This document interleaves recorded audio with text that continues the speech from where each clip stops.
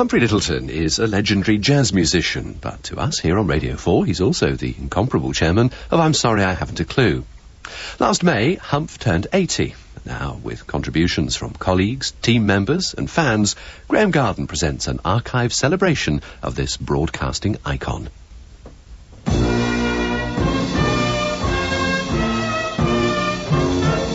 I find it very difficult to describe Humph because I think probably the last thing he needs is to be told that he's 80. He's 80 going on 14, of course. And so I usually describe him to people as a rather cheeky 14-year-old who's aged prematurely. Hello and welcome to I'm Sorry I Haven't a Clue, the show that gets laughs at the drop of a cat. You join us for our second week amid the splendour of the Royal National Theatre. The National actually comprises 3 stage venues: the Olivier, which is named after Sir Laurence Olivier; the Cottesloe, which isn't named after Sir Laurence Olivier; and our venue today, the Lyttelton, named after a relative of mine, Oliver Lyttelton, 1st Viscount Chandos and the theatre's first chairman. Oliver, or Uncle Viscount Chandos, as I knew him, joined the government in 1940 when a House of Commons seat was found for him at Aldershot, which explains why he had to shout during Prime Minister's question. Humphrey Lyttelton was 80 years old on May the 23rd. It's hard to believe because what he's managed to pack into those 80 years would take most of us at least a couple of centuries. A legendary jazz man, he's been a cartoonist, journalist, broadcaster, author, calligraphist, birdwatcher, and probably the best game show host in the world. Right, teams, our first round is called Complete Song Lyrics, and it celebrates the work of the lyricist. Men like Peter Skellern and Richard Stilgoe, who I understand are revered by Mexicans for their sheet music. This programme tells the story of his life. From upper-class baby to national treasure via Eton and the Guards. From Basin Street to Broadcasting House via Mornington Crescent. We'll hear about the radio comedians who have influenced and inspired him, and his Radio 4 colleagues will spill the beans about I'm Sorry I Haven't a Clue.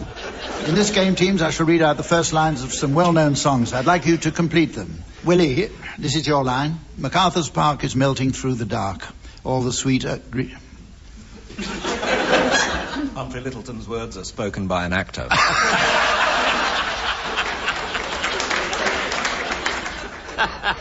MacArthur's Park is melting through the dark, all the sweet green icing flowing down. Someone left the cake out in the rain.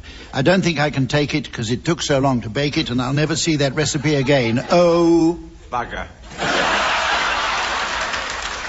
Grey-haired, tall and distinguished, Humph is an imposing figure. When he steps onto the stage, the Clue panellists stand, or kneel, in genuine respect. He has unfeasibly large feet, so he has to scour the country for suitable footwear. And he dresses in a style that only real toffs can carry off, perhaps best described as post-grunge ironic casual. He may give the impression of a slightly tetchy schoolmaster, but in his eye there's always a twinkle that flashes all the way to the back row of the upper circle. Graham Garden, here's yours. When I was just a little girl, I asked my mother, what will I be?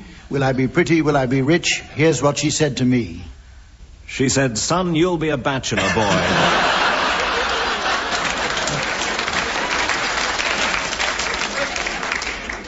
Willie, how's this? Got myself a crying, talking, sleeping, walking, living doll. Anyone got a bicycle pump? Humph is courteous and enormously polite. He must be, to sit quietly by while the teams inflict such grievous harm on the music he loves. We're now going to move on to a complicated round called One Song to the Tune of Another, in which the tune of one song and the words of another are brought together and combined as if they were both one song. It's hard to get your head round that at first, but if you try to think of it as one song without the tune, but with the words, to the tune of another song, but without the words, it may help. Teams, to accompany you, I'm sure we'd all like to welcome our brand new pianist. But until he's provided, we'll just have to make do with our old one. Here's Colin Sell. Willie, I'd like you to sing the words of The Laughing Policeman to the tune of As Time Goes By. So would I. I know a fat old policeman. He's always on our street. A fat, jolly red-faced man. is a treat. He's too kind for a policeman. But how did this side of Humph's career begin, or indeed why? This is where I have to own up. Bill Oddie and I had been writing I'm Sorry I'll Read That Again for radio, but we'd also started writing for TV. We discovered that radio writing was paid much less well, although it was, if anything, more difficult to do, than scripts for television. So I came up with the idea of doing a radio comedy show without a script. Get a couple of teams of writer-performers, give them silly things to do, and hope they'd write their own scripts on the hoof, as it were. This was in 1972, and I took my idea to David Hatch, who later went on to be managing director of BBC Radio, but at the time worked in light entertainment as a humble producer. Actually, he wasn't that humble, but he was prepared to give it a go. However, we needed a chairman. I don't remember which of us said it, but I sort of remember the context was that what we already had was a scripted show, which was like a sort of, a composed piece of music. And your notion was we should actually go sort of off-piste and not have words written down, but invent it. And the equivalent to the composed piece of music was jazz. And I think it was from that kind of conversation that his name emerged in the air over the third pint, and I think we both said it together, and then both realised how clever we both were. In those days, if you did any kind of broadcasting, whether it was about music or anything else, you were eventually asked to do a pilot. And I was asked to do this one, and I'd done several before which had gone straight down the plug without touching the sides. So I thought, like everybody did, we get a studio fee, drive in and do it, forget about it. Nowadays, although we're not given much in advance, at least we know sort of what the rounds are going to be approximately, and also the audience have a fair old idea that this is going to be a fairly silly programme. Now there we were, and you'd find yourself squeaking in a few minutes, just nothing more now, which is quite funny for a short while. Just, you can't think of anything to say. It was just very, very embarrassing. Tim Brooke-Taylor has a double-barrelled name, so at that first meeting with Humph, he recognised class when he saw it. We became fellow souls because we thought it was the worst day we'd spent the whole of our lives. And we finished the recording, and it was just diabolical. And we had a drink in the pub, and we parted, and we both said, never, ever, ever again. We still say that at the end of each series as a sort of superstition now, but we really meant it. I can remember everyone going around to the Sherlock Holmes pub afterwards, still ashen. Somebody said to David Hatch, well, what do you think? Do you think it'll ever be broadcast? And I always remember his answer. He said, well, possibly, but only on Boxing Day after lunch when everyone's drunk. Luckily, the recording of the pilot no longer exists. But what did Humph make of it all?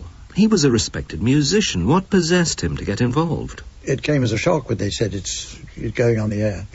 And I remember going into the Playhouse, wasn't it, the first shows, I think. I remember driving in thinking, I don't know what to do on this, And in desperation, I just decided to express how I felt at the time, which was I've got a perfectly good career playing the trumpet, broadcasting about jazz. What on earth am I doing here? OK, then, Tim, we'll play Kim's game. What we're going to do is show Tim Brooke-Taylor.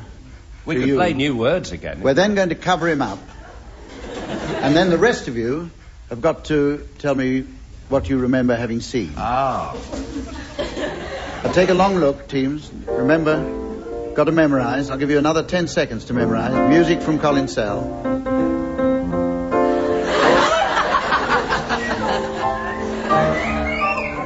What I worried more about I'm Sorry than ever I did about Just a Minute was how sustainable it was, because you had injected an awful lot of ideas for rounds into it, which one didn't know whether they had, what sort of mileage they had, and what other new ideas there could be to insert round about programme 3 or 4. So I knew I'd got a hell of a good show for one, and one wondered whether we'd make 13. I suppose that was my worry. To everyone's surprise, David Hatch was right. Tony Whitby, the inspired head of Radio 4, commissioned a series. The problem was that a lot of people had no idea what the show was supposed to be and thought it was a big mistake. And many listeners agreed. The BBC produced an audience research report. And although a few of those canvassed thought this delightful new show, with its off-the-cuff humour, was a winner, the reaction was, to say the least, mixed. Some thought the teams, while trying too hard, had done their best. Others commented, idiotic rubbish. I was embarrassed for the teams, and this dismal effort is no good to anybody. What seems to have tipped the balance was Humph's chairmanship, which was universally admired. Excellent, exceptionally fine, and an inspired choice. So the series came back, again and again. Radio critic Gillian Reynolds describes her reactions to it over the years. When I first heard it, I didn't like it very much. I thought it was a sort of cheapo replacement for a show with a proper script and proper production, like I'm Sorry, I'll Read That Again, which of course we all loved.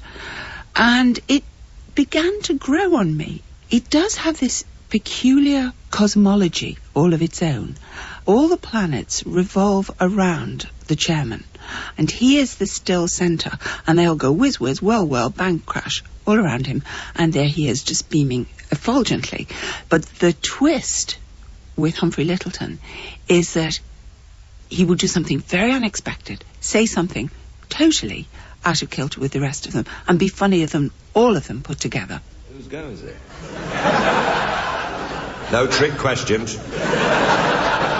Oh, wait a minute, it's Jeremy's turn. Should we check the lid of the box and see if we're doing this right?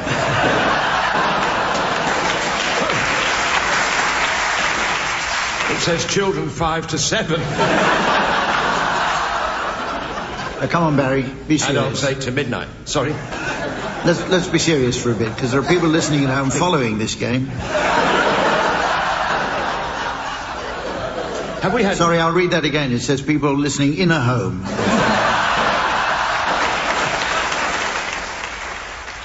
Fortunately, the teams aren't in competition with the chairman. Barry Cryer sums up our feelings about the master. He's charismatic as a chairman. If I ever listen to it at home, the man has enormous presence. You can almost see him. It's a very rare quality that some radio performers have. He has a wonderfully tongue-in-cheek, patronising way of addressing you sometimes. One of the lines I treasure from the programme, I think it was in the last series, was when Colin Zell interjected something from the piano, and Humph sort of turned his head in that tired, irritated way, which the listeners can't see, but you can almost hear. And I said, his name's Colin Zell, Humph, he's the pianist. Have you met? To which Humph replied, fortunately not, I'm very fleet of foot. Now, I mean, that's poetry to me. One of his great skills is you can see him looking expectantly at you when you're in the middle of something, and it's really...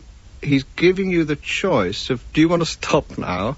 Are you up an alley or a creek without any paddle? You probably give him the look of that panic in your eye, and he'll say, oh, no, sorry, time's up. Or he will suddenly see you're about to go on where he would come in, he would let you go on. Now, that's very skillful. Jim, what's the connection between a box of false eyeballs, an artificial leg, and a bottle of bull semen? I'll say that again. I love it when you talk dirty, Humph. It's just I hadn't read that before. Excuse me. Does it conjure something up in your mind, Humph? Memories, is it? Something that happened in the war, was it? Tim, what's the connection between a box of false eyeballs, an artificial leg, and a bottle of bull semen? This is the first aid kit of the South African rugby team. As well. Actually, the right answer, and it did happen to me during the war, but it's not coincidence, they've all been handed in to the London Transport Lost Property Office. Willie, your turn. Can you please connect Coca-Cola, Pledge, and Nova? Well, they're all jolly useful standbys if you can't get onto Dino Rod. Little household hint for anybody here whose drains are plugged. Is that right? No, it's not. Oh. Anybody know? No. Well, they're all product names with unfortunate meanings in other countries. In China, the literal translation of the word Coca-Cola means bite the wax tadpole. How often would you say that? You're saying it all the time in wartime, I tell you. All this talk about wartime makes Humph sound rather old-fashioned. Well, so he is, but that's all part of the fun. Paul Merton. I think the first time I did it was about 1989, and I was quite thrilled to get the call to do it, and it was done at the old Paris studios in Lower Regent Street, and I was quite surprised at how serious it was. We played a game of Mornington Crescent, and Willie Rushton was furious. I just got in with a very nice Tottenham Court Road, I seem to remember, and he threw his pencil at me across the studio floor in a fit of temper. And Humph was there, sort of like, you know, the avuncular figure. I remember very early on making some joke about the difference between valet and butlers or something. There was some dreadful joke about how green was my valet. I think we were sort of like trying to enact that out, and we were going through the sort of rituals that a valet does, and Humph said a valet wouldn't do that, it would be a butler's job, which was a good note to have. What is the secret of Humph's incomparable skill as a game show host? Perhaps it's a matter of breeding. Humphrey Lyttelton was born on May the 23rd, 1921 at Eton, where his father was a housemaster. The family home was dominated by women, his mother and his 4 sisters, plus nannies and nursery maids. A certain amount of amateur cello scraping went on, but there are few clues to his musical talents in his ancestry. What is certain is that Humphrey Lyttelton belongs to a long-standing, well-connected upper-class family with a capital F. And, like all such families, there are many eccentric relatives whose exploits Humph sometimes shares with his audience. Guy Fawkes was born in York. In 1606, he was hung, drawn and quartered at Tyburn and buried at Marble Arch, Cheapside, Ludgate and Wandsworth. His co-conspirators included one Humphrey Lyttelton, who was dragged in chains to Guildford and publicly executed. Imagine the shame brought upon my family. Apparently they were okay about publicly executed, but Guildford...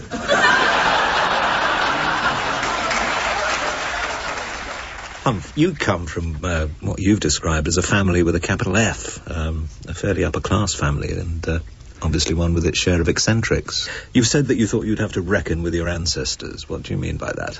Are you a black sheep? Well, I don't think that if they all sort of came back to life and converged on me if I'm playing at the Bull's Head at Barnes, that there'd be many, smiles of approval and nodding of heads. But because I don't know that there were any musicians. My mother was very musical in the sense she dabbled in music. She played, piano and things like recorder when they came into fashion. And when she was 75 and rock and roll had been in for a while, she bought a guitar. Never got anywhere with it. My father, I discovered, I'm rather pleased because I think he couldn't understand, my music at all and didn't really take it terribly seriously. And then after he died, I found, quite a long time after, a magazine among his effects from Cambridge in the late 1800s, when he was up there, which included a profile of him. And in one place it said, when George Lyttelton practices the cello, all the cats in the district converge upon his rooms in the belief that one of their number is in distress. And I read that and I thought, right.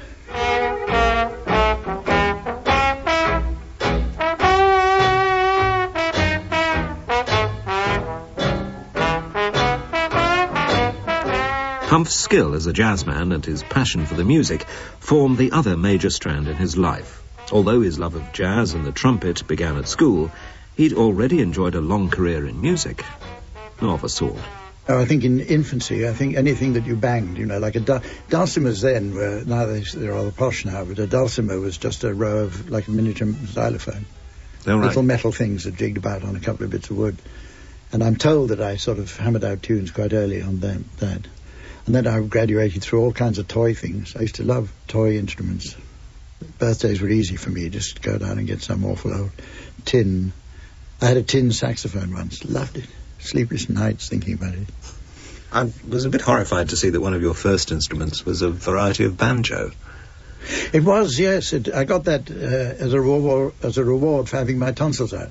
But I loved all instruments. I even fell in love with the banjolele, which was a sort of banjo-shaped ukulele. And then I went on to mouth organ. I became a bit of I was a Larry Adler fan, and I used to do all that funny business with the fingers, Oh, right, yeah. About. And my first band at school was a quartet in which I played the mouth organ. What music did you play? We used to practice, well, most of the time it was only practicing, in a room at my father's house, because he was a master at Eton. I had to board somewhere else, because you couldn't board in the same house as your father. And so I used to go over to the house on Sundays. We used to play underneath his study. And one day he said to me, "What's that tune that you're always playing?" And I thought, he's beginning to take an interest at last. So I said, it's called whispering. Why do you ask? And he said, "Well, I just want to know how to avoid it in future." And you had a kazoo band at one time, I believe. Sunningdale School. Yeah. Well, actually, you know, when you look back on sort of definitive moments in your life, I was sent off to Sunningdale Preparatory School at the age of 8.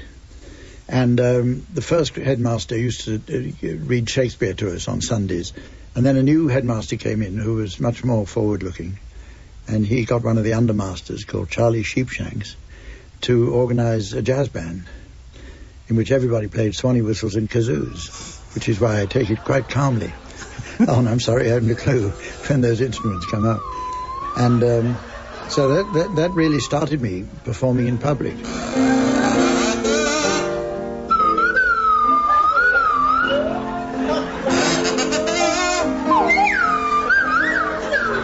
Welcome to the Clangers.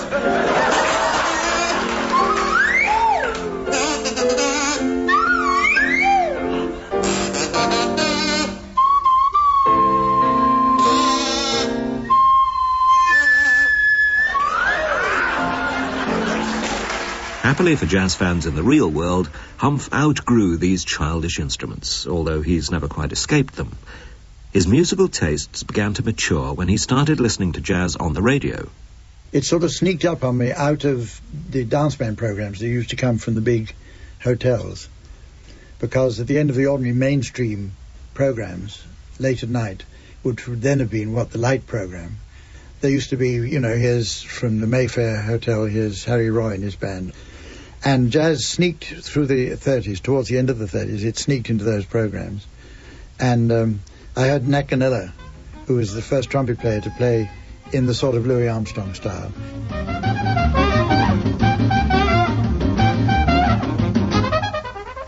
He went from one band to another because he was such a star. And it just occurred to me I'd like to do this. And his music, in fact, led me to Louis Armstrong. And when I heard Louis Armstrong play the Basin Street Blues on a 1929 recording, I remember to this day, it's like a Chinese meal. You never quite recapture the excitement. And if you were a cricketer, you sort of had to go and support the old school at Lord's. And my mother and I sneaked away from the cricket ground, which was boring us rigid. And she went to Charing Cross Road to buy me a trumpet. And the gear that you wore on that occasion had to be a formal uniform. So I turned up in Selma's in the Charing Cross Road wearing a top hat and a silvery grey waistcoat with an umbrella, rolled umbrella with a tassel, light blue tassel, which was our colour, and the whole thing, tailcoat and everything, which shook them a bit rigid, I think. And my mother trailed round the shop. I went round looking immediately at the trumpets, and I remember her trailing round behind me saying, "Wouldn't a clarinet be nicer?" Nope. The day war broke out. Humph was an 18-year-old sixth former. On October the 13th, 1939, he and his school chums trooped up to London to enlist. As one of his friend's fathers had been a Grenadier Guard, they chose the Grenadiers. When he was called up on June the 6th, 1941 at Caterham, the beloved trumpet had to be left behind. There was no time for music in the war. But as soon as he reached Sandhurst, Humph sent home for his trumpet and formed a band. They played in the mess after evening meals, and wherever he went, Catterick, Windsor, at home in Eton, he would get a band together.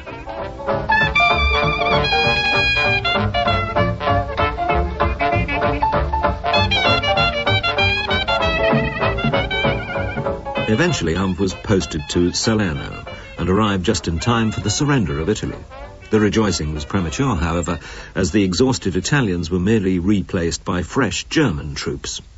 Humph, by now a signals officer, was finally invalided out with malaria and dysentery, having formed bands wherever with him when he was part of the crowd outside Buckingham Palace on VE Day, as they waited for the arrival of the King and Queen on the balcony.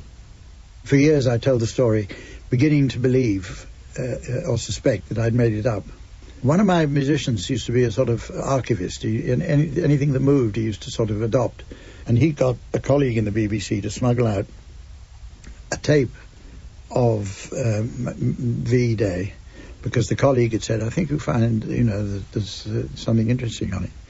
And he discovered that it was a tape of Howard Marshall with a very posh BBC voice saying, and before we go back to the studio, let's join the scene where there's a young man down there playing the trumpet and all that. And there's me, which is, I'd never known that it was on tape anyway.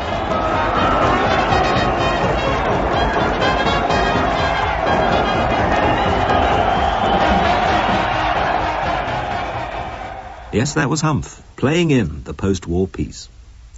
At this stage, he was leading a double life. By day, guardsman Jekyll, by night, jazz fiend Hyde, splitting his time between Chelsea Barracks and a Regent Street jazz club called the Nut House. When he was demobbed, Humph had to decide what to do with his future, and despite his love of jazz and the time he spent playing, he still had no intention of making jazz his primary career. He toyed with an offer to teach geography at Eton, but one look at the refresher course in classics he'd have to take was enough to put him off. Instead, he thought he'd pursue his other talent, drawing. With a Ministry of Education ex-serviceman's study grant of £163 a year, he enrolled at Camberwell School of Arts. He wore his army battle dress, dyed dark blue, with an expansive grey sweater showing below the waistline of the jacket, a natural sartorial flair that has never really left him. He also kicked up his heels in the face of convention and became addicted to chop suey. And as for the music, well, he found himself playing an increasing number of gigs. I was adopted by a drummer called Carlo Kramer. Took me on gigs with various musicians and that.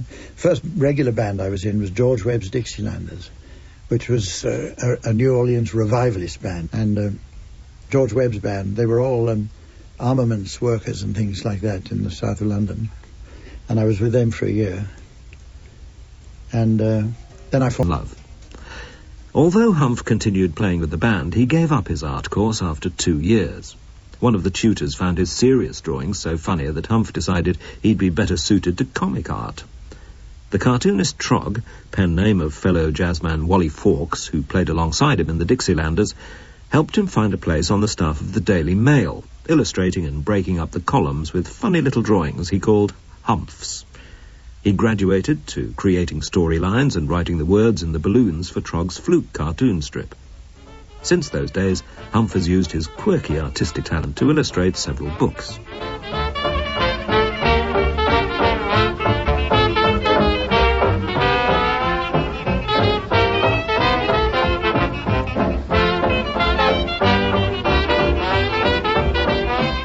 As the Humphrey Lyttelton Band gained prominence and a kind of respectability, Humph was given his own TV and radio jazz shows by the BBC. By 1950, he was a regular presenter of Jazz Club, and on TV he presented 625 and Jazz Goes to College in the 60s. But Humph, the future game show host, wasn't only interested in music. For years he'd been listening to a wide range of radio comedy. A lot of shows came over from America. So I used to listen avidly to Jack Benny's show. He's another hero of mine, because there wasn't an awful lot of radio comedy that I can recall in the 1930s, and if there had been, at school we were limited. You couldn't listen to the radio unless you were dying in the sanatorium, and then you could have a radio. Mm. But I loved all those wartime shows, Match Binding in the Marsh and the Navy Lark and all those things. I can't remember which came first, Round the Horn or Beyond Our Ken. But I listened to all those. It's a funny thing about them. I recently bought a little box set of tapes from the BBC, whatever they call the place where you go and buy things. And Shop. Yeah. Thank you. And I got a Round the Ken thing, and I never knew, because people have been kind enough to say nice things about my timing, which I've never been aware of. And when I play these things, I discovered that I've been subconsciously influenced by Kenny Thorne. There was the same thing of a straightforward statement followed by pause and then the turnaround, that gets the laugh. And I must have subliminally got that from Kenny Thorne as much as anyone.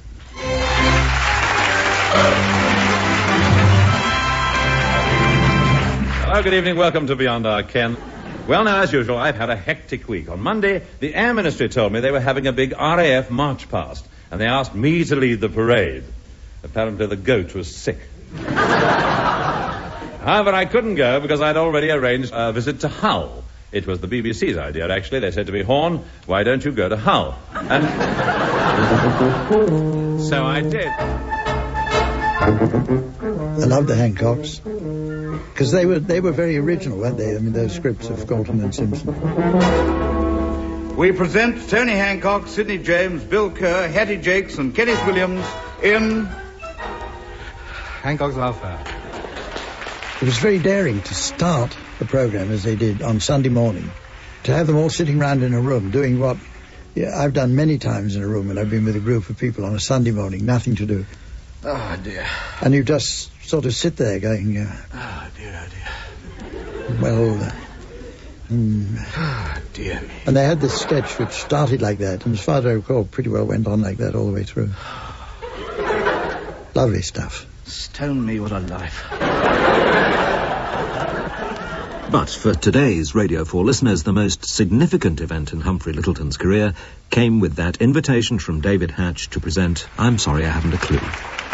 Ladies and gentlemen, please bow in reverence and humility. Mr. Humphrey Lyttelton! When my grandparents were not nearly as old as he is, they were going to bed at sort of 7 o'clock in the evening and referring to John Craven's news round as the 5 o'clock news. So it does seem to be extraordinary that he manages to pack in as much as he does. And I do think, what a very hip elderly gentleman he is.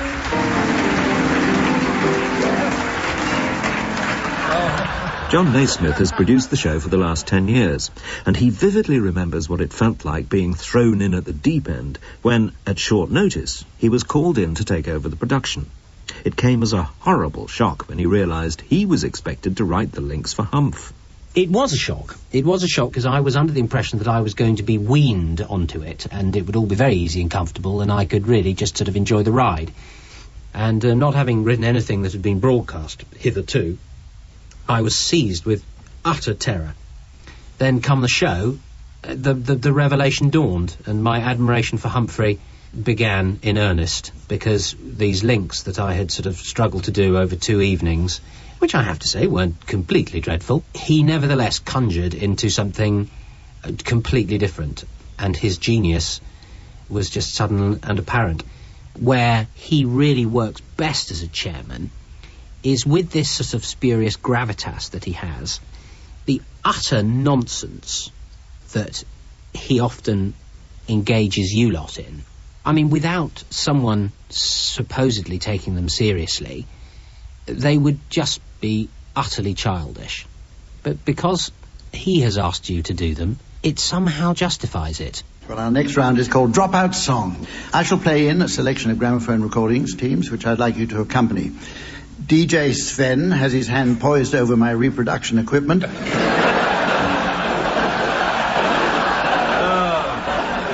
And at my signal, he'll twist the knob, causing everything to drop out. If when the music returns you're closer than a gnat's semi-quaver to the original, I'll be awarding points. And points mean prizes. What do points mean? Now go and invade Czechoslovakia. Come back, madam, I'm only joking. After a time, it struck John that Humph's talents as a presenter were being underused. So to capitalise on these, he enlisted Ian Pattinson, who was at the time writing for the news quiz. The usual cliché about Humph and his delivery is this jazz timing, where simply on his phrasing and where he leaves the right length of gap, or what appears to be the wrong length of gap, he'll bring something to it which even I, as the writer, hadn't thought was there. I remember once writing a fairly simple line towards the end of a show, saying, well, we've certainly got through an awful lot of games this evening, thinking that he would pause and let the audience think about it and get a bit of a giggle on an awful lot of games. In fact, he read, well, we've certainly got through a lot of awful games tonight, and got a laugh. Then he said, I think I misread that, and got a bigger laugh. Then he paused for about a beat and a half and said, no, I didn't. and then got a huge laugh, simply from turning 2 words round and putting a bit of timing in. And that beat and a half. And that beat and a half, yeah. But first, I noticed from the pile of correspondence in the Mornington Crescent listener reaction matchbox that we've received very nearly 2 letters this week. It comes from a Mrs. Trellis of North Wales, who tells us she's recently been taking a French language correspondence course. She writes, Mon cher Humpty.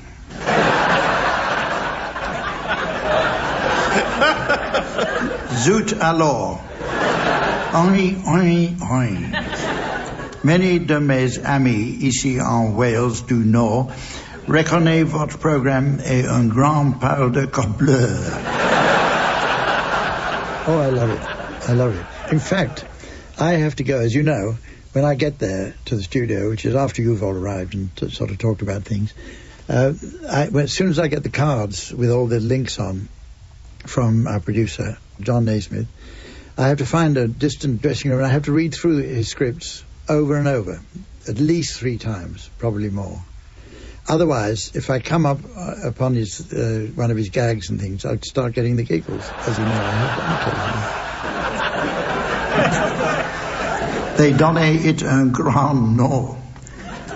Mais au contraire, moi, every time je hear le sig tune, je want to go oui, oui.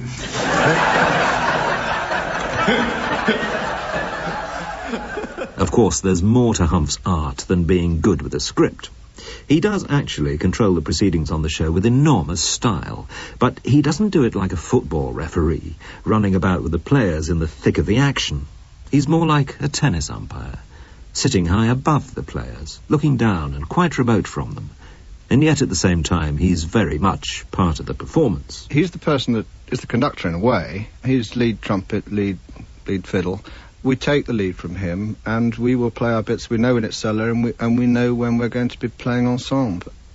Our next round flies in the face of the many chart-topping wireless programs that have transferred to television. For in this round, teams, I'd like you to reverse the process by recreating for the listeners our own version of my favourite program, Countdown. Although obviously it's hard to envisage quite how you'll match up to the speed and feverish pace of the original. For those unfamiliar with the game, the object is for the teams to create as many words as they can from a random collection of letters provided for them. So, as our own Samantha now takes on the mantle of Carol Vorderman, I can see the letters coming up and I'll read them out as she puts them up. They are G. Who? G. Is that another G? G. G. 4 Gs. Z. V. Q. Y. Indeed. And, oh dear, G again. I suppose it's too late to ask for a vowel. Okay, we'll start.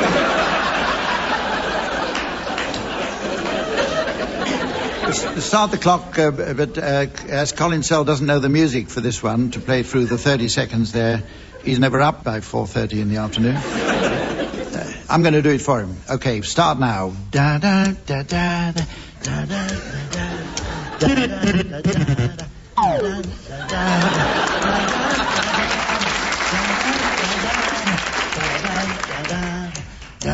Bless his heart. He's counting you in. Oh.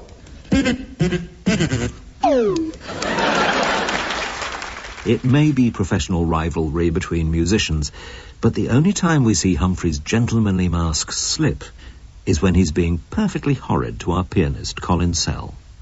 Well, it started justifiably, and there was some music game coming up, and Barry said to me, Humph, just to get this straight before we go on, does such and such a thing happen? And before I could answer, Colin Sell rose up from the piano with his hands on the headphones and off mic and started to explain it. And for some reason, suddenly my sense of, amour propre rose, and I said, do you mind? I'm the chairman. And that's run on ever since. Like a lot of things, as you know, in the show, they happen and then they become running gags, which is a great thing about it. And since then, you know, it's gone on to the extent that his mother, according to him, once said to him, "Why do you let that dreadful man speak to you like that?" I think the idea is that I'm supposed to be at his bidding. I think that's the idea. And I don't try to do anything which is going to go against that image. It's just that things happen. He does get lost sometimes, or sometimes I have to stop somebody who's singing and we have to restart or something, and he pretends then to get very uppity about it and wants to stay in charge and so on. So I think that's it's kind of the anonymous pianist. When I stop being anonymous, I think that's probably when the fun starts. Humph did tell me once that he was playing with his band at a gig. And afterwards, the gentleman came up to him looking terribly serious, and Humph thought, oh dear, this man's going to complain or something about the music. And this man said, "Mr. Lyttelton, can I ask you a question in strictest confidence?" And Humph said, "Yes, of course you can." And he said, "Do Colin, Sell and Samantha really exist?" Which I thought was terribly funny. Anyway, Humph says that he said to this man, "Oh, Samantha does." And that was that, and the man walked away. He's perfectly happy with the answer. Satisfied. He's satisfied that Colin Sell didn't His really exist. suspicions were confirmed. Yeah. Yes, exactly. It's now time for a round called Just a Minute. To perform a song of my choosing without repetition, hesitation, deviation or repetition. Buzzers are provided for the non-singers to challenge. And take note, teams, that excess buzzing may drown out the piano accompaniment of Colin Sell. With any luck. Incidentally, Colin doesn't restrict himself just to playing the piano. In fact, he's recently been excelling himself with the cornet. Although, if anyone prefers, he does carry mivies and chalk ices. Right. The song is Run, Rabbit, Run. And Graham, will you start, please? On the farm, every Friday, on the farm, it's Rabbit Friday. It's every Friday that ever comes along. Oh, was that a chat? Yeah, it was. He did say on the farm twice, didn't he? And Friday. Yeah. No, you're right. I thought I could get away with it. But yeah. That's the first time, actually, that there's been a correct challenge for, I think it's 7.5 years, and I've forgotten what we actually do now. In anybody else's hands, a show like I'm Sorry I Haven't a Clue would descend into anarchy and chaos, and by now would have been put down out of kindness. So, what is it about Humph's masterly touch that makes it work? I think that, unlike other presenters, he's not a smooth operator. He seems to have no interest in keeping the shows slickly on course. If something seems to be grinding to an embarrassing halt, he lets it. If anything goes wrong, he points it out to the audience. He appears to be supremely indifferent to the nonsense that's going on around him, and the audience adore it. And so do we. The teams obediently shut up when he's talking, because we genuinely want to hear what he's going to say. I can't think of anybody that it would hurt me more who said, I'm afraid you're not good enough. I mean, the so-called brightest people in the country, the commentators, I could take them, oh, God, you're such stupid. I got it from Humph. I think, oh, gosh, maybe I'm not very good. Willie Rushton, very sadly Willie died, but the one thing Willie Rushton and I agreed was that Clue could go on forever as long as Humph was around, and if he wasn't around, then that's it. So when Willie died, people said to me, well, what do you think? And I said, well, Willie and I both agreed, Humph's alive, it should keep going whoever in the team. And that's the best thing one can say about him, really. Well, it's almost time to end the show, but not before we fit in a round of Pensioners' Book Club. Samantha has to nip out again to see an elderly lord who regularly complains to Radio 4 about their parliamentary coverage. She says she thinks she's even going to start getting a little hard on today in Parliament.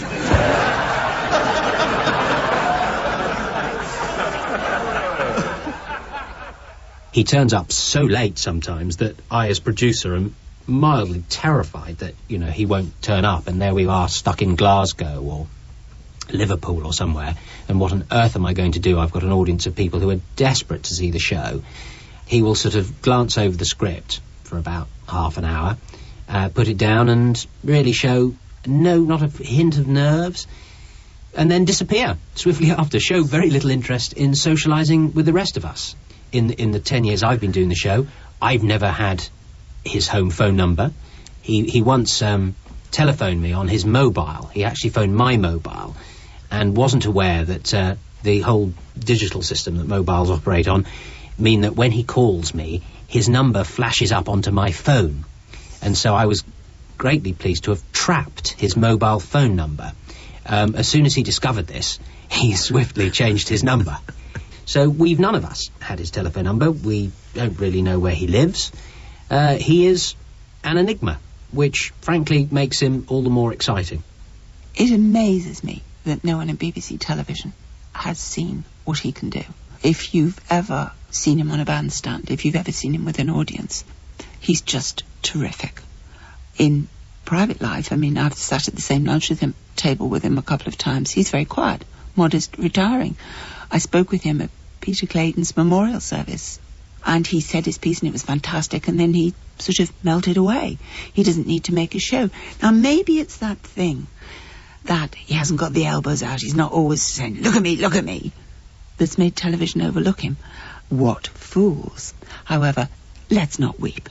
Television's loss is radio's gain. Gillian Reynolds. And what about the future? Well, Humph's always been happy to take whatever comes along. He's still touring and broadcasting, so he obviously has no plans to slow down. And he must be justifiably proud of his achievements in radio comedy. I've made a rule over the years, and how many is it now, 29 or something or other, since 1972. I've made a rule to avoid thinking about it at all costs. I get scared if I thought about it. I never listen to myself on radio. What I like about it is being en route somewhere or other and stopping at traffic lights while the programme's on and looking along the line and seeing people in cars alongside me, their shoulders shaking with laughter. I love that. Some people have said I nearly swerved. They've told me I nearly swerved off the road and then something happened. But no, I mean, obviously it's a ball. As for the future of I'm Sorry I Haven't a Clue, well, it goes on evolving. And now there are endless online Clue clubs, chat rooms and Mornington Crescent societies. Perhaps Clue will evolve into an interactive virtual antidote to panel games, a global experience on the net. Who knows? All that remains to be said now is, you're a gent and a scholar, Humph. And I, for one, look forward to the next time I find myself on the receiving end of your courteous disdain. It's your turn, Willie. Bang, crash, wallop, whoop, go the farmer's gun. Lope, possum, sprint, kangaroo, jump, lurch, lope. Oh, my God, he's about to run. You see? Teamwork. Oh, brilliant. Challenge from Graham. Oh, we had rabbit in rabbit pie at the beginning. All right. I accept that. Well, that was fun. Let's have another game. Wish they wouldn't make me say that was fun all the time. I'll decide if it was fun or not.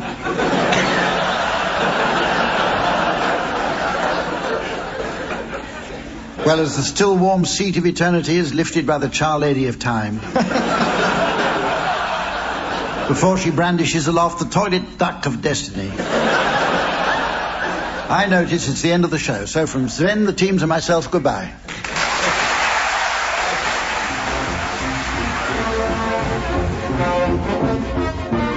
You've been listening to Archive Hour, Humph at 80. Taking part were Humphrey Lyttelton, Tim Brooke-Taylor, Barry Cryer, John Naismith, Colin Sell, Ian Pattinson, David Hatch, Paul Merton and Gillian Reynolds. The presenter was Graham Garden and the producer was Kathy Drysdale.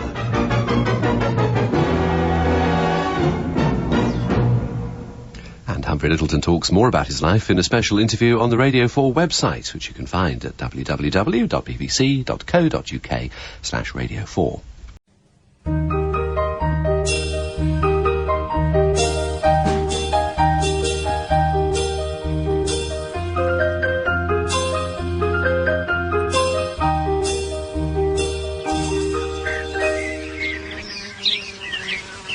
It all began on a typical English summer's afternoon.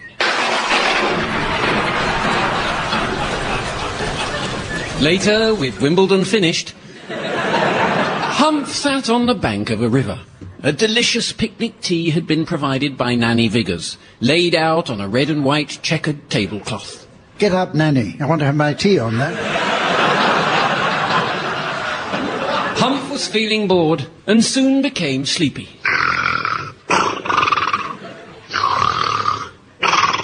But Nanny's snoring kept him awake. The sun was unbearable, and the Daily Mail wasn't much better.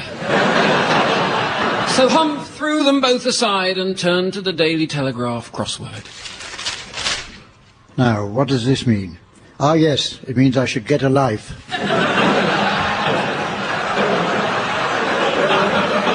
But before he could get one, Humph was surprised to see a white rabbit hurrying along the riverbank. Well, that's supper taken care of. And so, dear listener, ends the tale of Humph in Wonderland.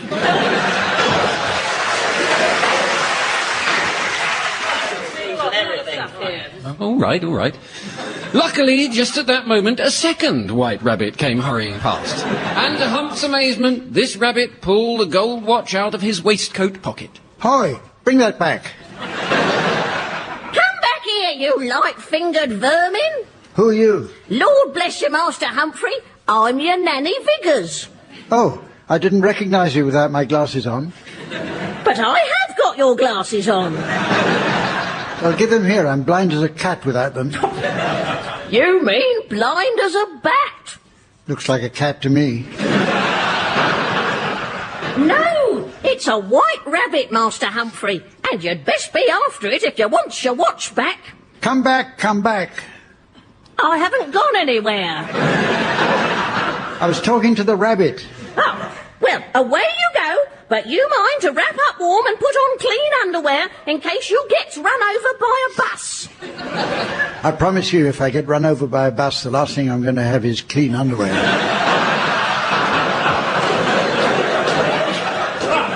oh, I almost forgot. Remember not to go falling down no mysterious deep dark holes in the ground. Off you go. Come back, you rabbit. Humph ran like a gazelle, on all fours.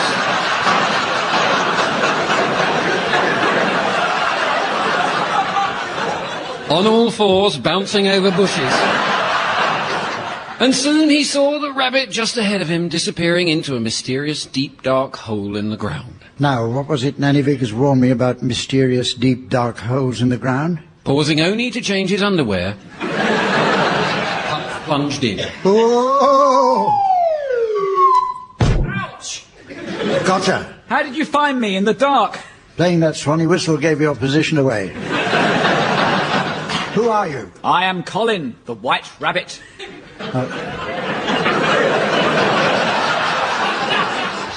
Oh dear. Is that a grand piano in front of you, or are you unbelievably pleased to see me? Well, it's an upright. Good. For a moment I thought it was a piano. Look at the time, I'm late, and to make matters worse, it's the rush hour. With that, the rabbit vanished down a nearby tunnel. Before he could follow, Humph was amazed to see the underground chamber begin to fill with the strangest collection of talking animals and birds, dressed in human clothing, coming down the escalator. That's incredible. I've never seen a working escalator before. What are you? I'm Tim the Mouse. And these are my colleagues. This is Jeremy the dog. Andy the cow. Moo. And this is Jack the halibut.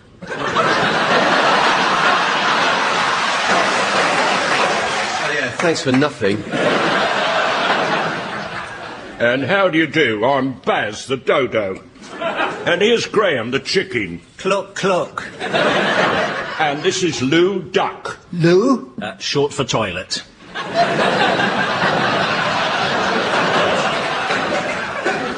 How do you do? Nice to meet you. Yeah, nice to meet you. No turkeys, then. The You and Yours Christmas special is tomorrow. I see what you mean. I'm amazed you can all talk. Oh, down here there's talking insects and talking flowers. We've got flashers and drunks, too. It's a weird world in the underground. Mind the gap. In reality, the next hallucination will be arriving at this platform in 300 colours. I'm after that white rabbit. He pinched a watch out of my waistcoat pocket. But you're not wearing a waistcoat. Bastard.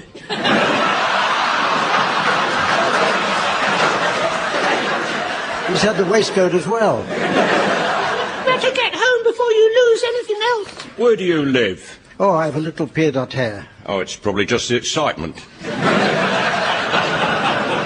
I have a little place in Mornington Crescent. Well, you can't go back the way... You can't go back the way you came. The escalator isn't working. Broken, I suppose. No, there's nothing wrong with it. They had to switch it off because it confused the passengers. But however am I going to find my way home to Mornington Crescent? Perhaps we could help you. Good idea. I'd like you to form 2 teams. Birds on one side. Birds on one side and the rest of you on the other. Humph, before we do that, shouldn't we check if there's any post in the mailroom first? There might be something stuffed in our pigeonhole. There is.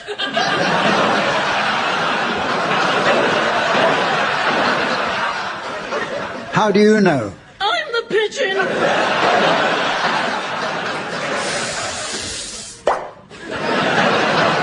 Pass it over. Ah, it's a letter from a Mrs. Trellis of North Wales. She writes, Dear Dr. Livingstone, I presume. I hear you've taken a missionary position in Africa. Mind you don't put your back out. Yours, etc., Mrs. Trellis. And on with the game, teams. I'd like you to get me home in as few moves as possible, making full use of Dodgson's parallel rotation. And Tim, you can start. Right, well, representing the animals, shall I go? Yeah. Elephant and Castle? Yes. Yeah. Well, what do you think? Oh, yeah, good idea. Cock Fosters. She's done cock... Okay. Catford. Isle of Dogs. Oh. Hey. Very good. No, but I can still Heron Keys. Canary Wharf. Red Lion Square. Nice one. Be all right, relax. Yeah, Easy. I want to avoid... No, I want to avoid nip. Chickadilly. No, I don't think so. Hendon Central. White Horse Lane? Mornington Crescent.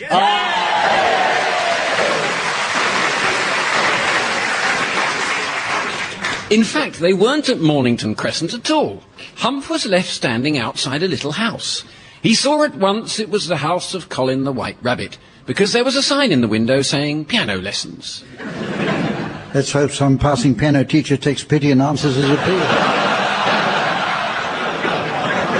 Humph entered the house and found a table with a selection of food and drink. There was a triple-decker cheese and bacon, toasted egg, muffin, beef and lard burger with treacle relish. There's a label on it. Supersize me.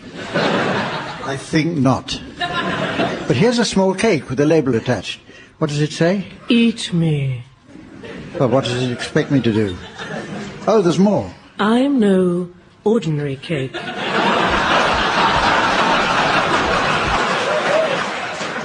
I'm a featherlight Victoria spine. Tangy with the zest of anabolic steroids. Drizzled with testosterone. Finished with a fluffy topping of whipped somatropin growth hormone. And dusted with EPO and dianobolin. Well, it sounds organic. Let's give it a go. Bit stale, but not bad.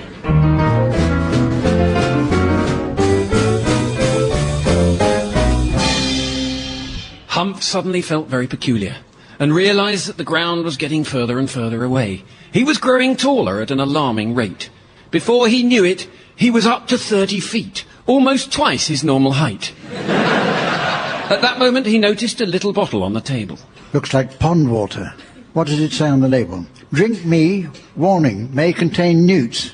Well, let's risk it. Within seconds, the contents of the bottle had an effect, and Humph shot up another 20 feet. Don't you hate it when that happens? His clothes fell off him in tatters as he expanded to fill the entire house.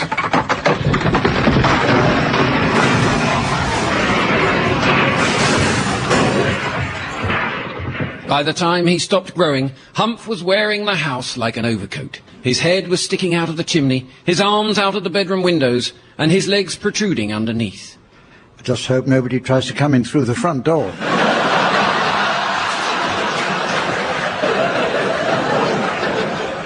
Humph set off down the road.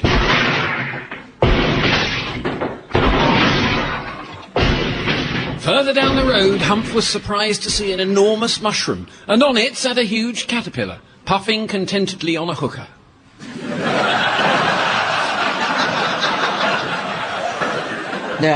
Thank you, my dear. I enjoyed that. And now, as is my custom, I shall light up. It's not every day you see a caterpillar sitting on a mushroom smoking a pipe, playing the double bass with one hand and the piano with the other 29. Well, you can't smoke indoors now. Come to that, it's not every day you see a 50-foot trumpeter wearing a house. Perhaps you could help me there. I'd like to return to my normal size, please. There I can be of assistance, but I shall require a favour in return. Typical caterpillar. Well, go on. It's a tedious life, sitting out here all day, and I've run out of books. I wonder if you could suggest a few titles that would appeal to the dedicated smoker. No, but I've got a bunch of creatures who've been following me around for longer than I care to remember. Right, you lot, any suggestions for the Smokers Book Club?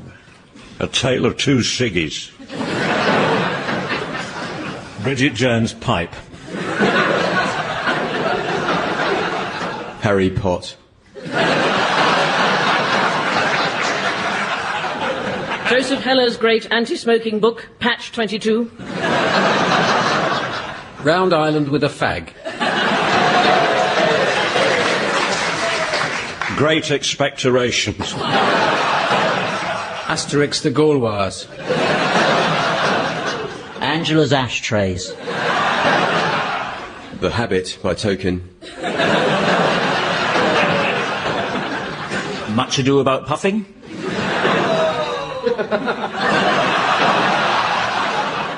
Filter Tipping the Velvet. The Pickwick Rizzlers.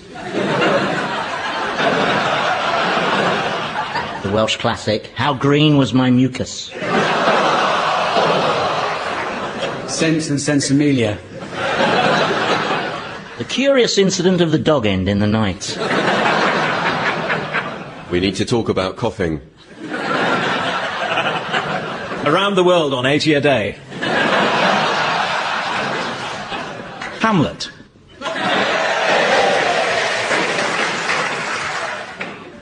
You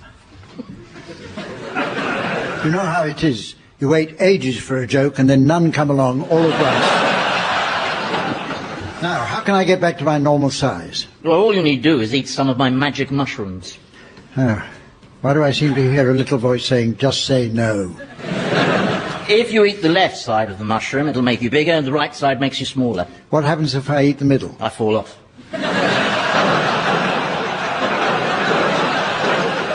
Let's try it then. Left side first.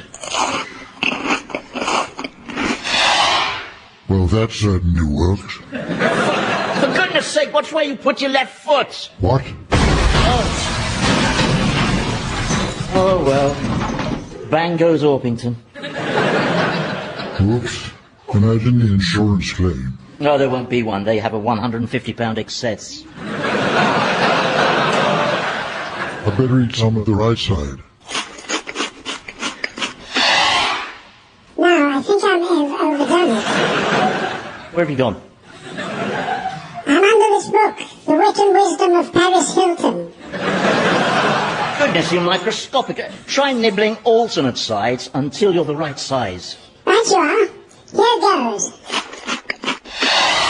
Too big. Too little.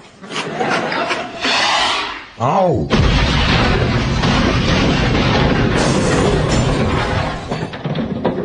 Am I back to normal?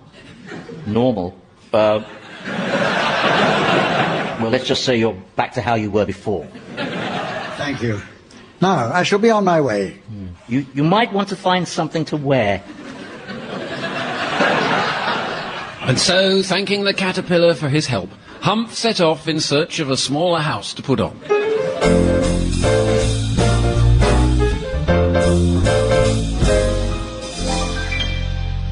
Deep in the woods, our hero happened on a little house. As he was stealing some clothes he found on the line outside, he heard the most alarming sounds coming from within.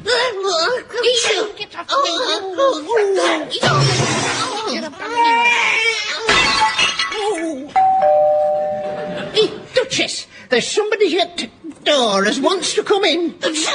Well, open the door then. Cook me, I'm cooking pepper soup. You open it yourself, you so-called Duchessness. Miss? Right, you asked for it. Excuse me. Don't you start. Missed. Don't you come swanking in here with your fancy ways and your long blonde hair and your little blue frock. I found them on the clothesline. You bad man.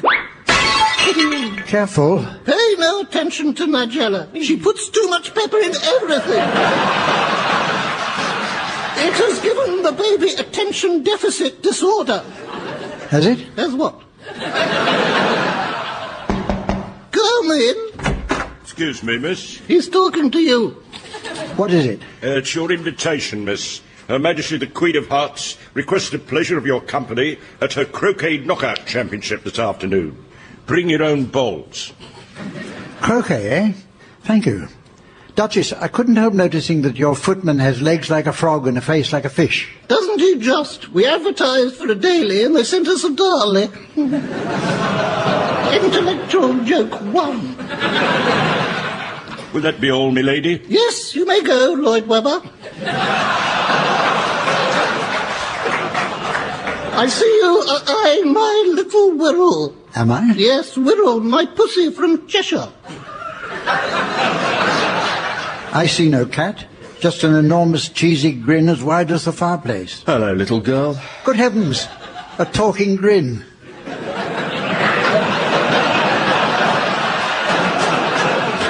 That's me. It's all down to my naturally cheerful nature. I can imagine. Like the frock, by the way. Yes, I don't normally dress like this, but luckily the blue matches my eyeshadow. You haven't got anything decent to eat, have you? I'm fed up with pepper. Is that all they give you? Pepper-based cuisine, morning, noon and night. Apparently pepper is this year's cranberry. It's all Nigella's fault. Ah, the food goddess Nigella. What a fine dessert chef. She makes a wonderful sticky tart.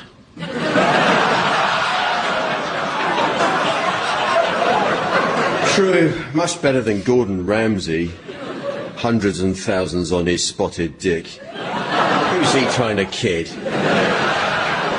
I'm sure my new friends can come up with something better than that. Right, everyone, I want you to come up with recipe suggestions for Nigella's saucy mouthfuls. Winkle's insider.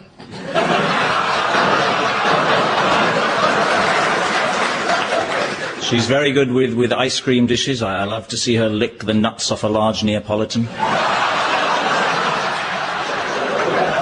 And there's Anthony Worrell Thompson's crabs on ginger nuts.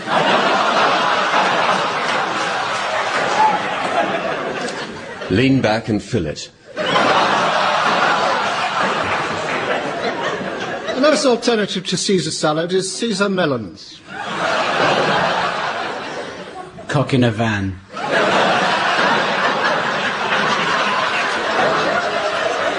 A full-bodied 69, you can keep your mac on. Throw it in the hole, then out of the hole, then in the hole, then out of the hole. Aberdeen Angus underbelly with wild salmon top. After which you could have a sorbet.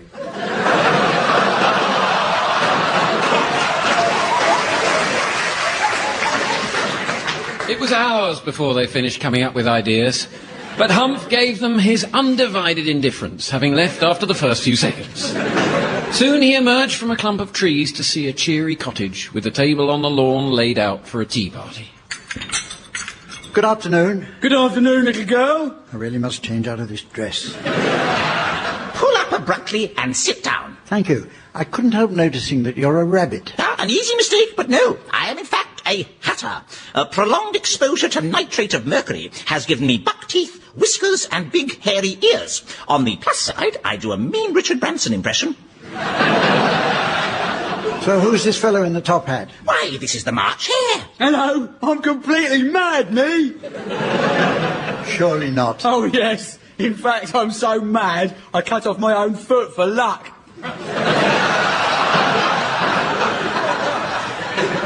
What's going on? And I suppose this little creature peeping out of the teapot is the dormouse. No, he's a weasel. He's checking the tea for us. We always drink Earl Grey, and we get him to test it out first. We call it the Earl Grey Weasel Test. Can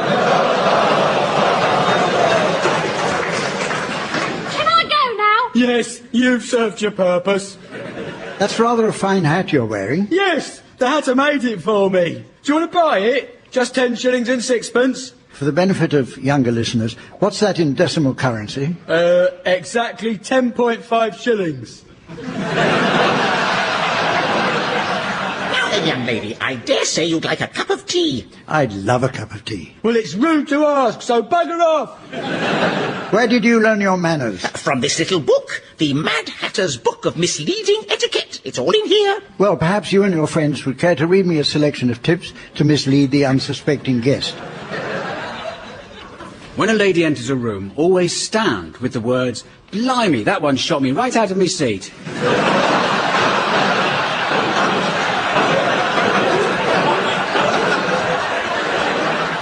When addressed by British royalty, they prefer for you to answer in German. At this time of year, if your bin men knock on the door and give you a Christmas card, it's traditional to tear it up and say, "What do you come here for? The bin's around the back." At a funeral, don't forget to throw an old mattress in the hole for luck.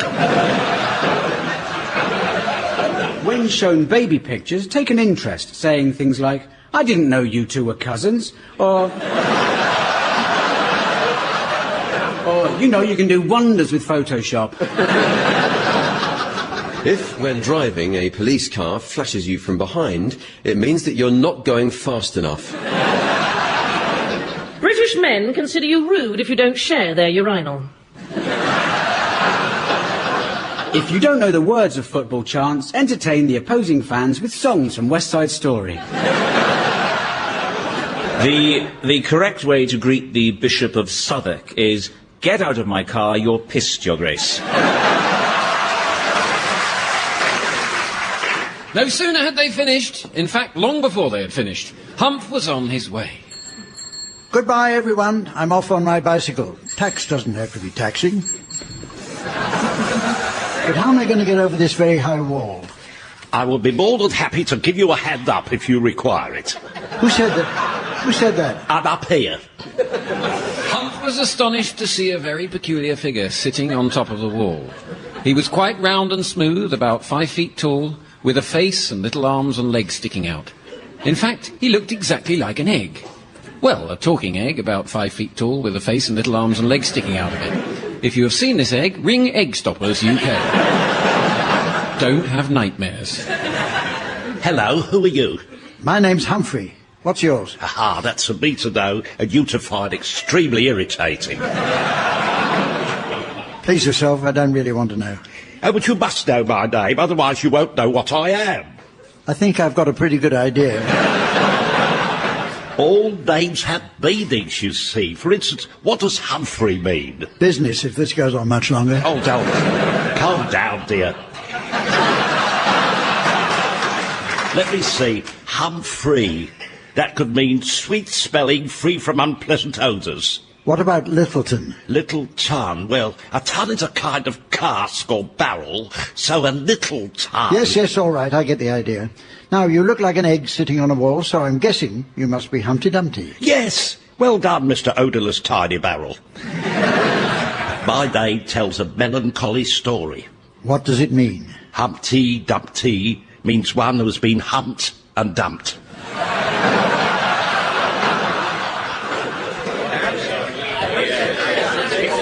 Suddenly there appeared a crowd of gentlemen and ladies carrying enormous notebooks and quill pens. It was the editorial board of the Uxbridge English Dictionary. Where did you lot come from? We came through a big hole in the plot. Now, do any of you know the difference in meaning between the word microscopic and minute? I thought not. Well, microscopic refers to something that's so small that it's not visible to the naked eye, whereas minute lives in my pond with my frog and my toad. But I expect the Uxbridge English Dictionary team have collected all sorts of new definitions, so let's hear a few. Pastor, Italian priest. Trail mix, to stalk Irishmen.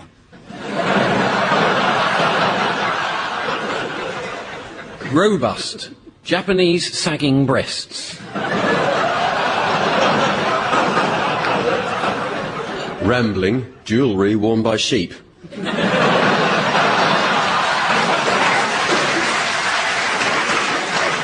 Cockney, damage to the patella from a long penis.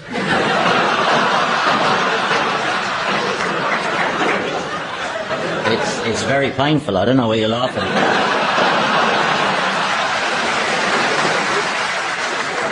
Lockjaw, the correct emergency procedure for disabling Hazel Blears. Collywobble. That dog's pissed. Battle axe, a boon for constipated bats. Lavish, a bit like a toilet. Animate, to grow too fond of your pets. A gog, a half-finished Jewish temple.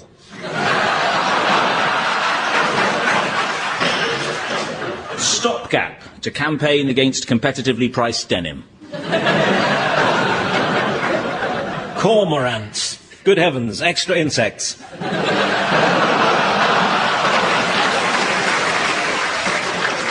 Barman, a superhero who never quite notices anybody. Baghdad, Anne Widdecombe's father. Onus, a very round bottom. Biceps, sexually ambivalent mushrooms. Gravy, close to death.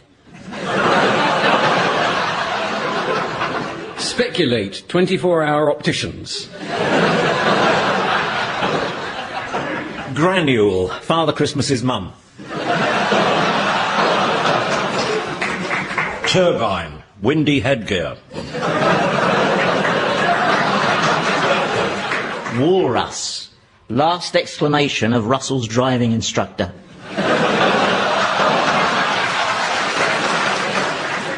Baltic, involuntary testicle spasm.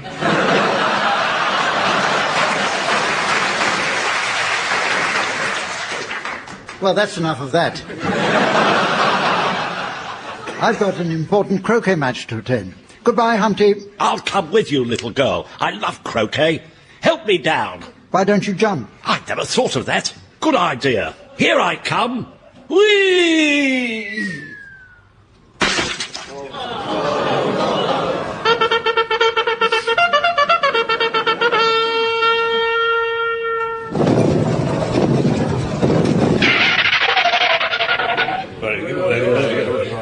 It's no good, Sarge. He's a gunner. Right, lads, back to barracks.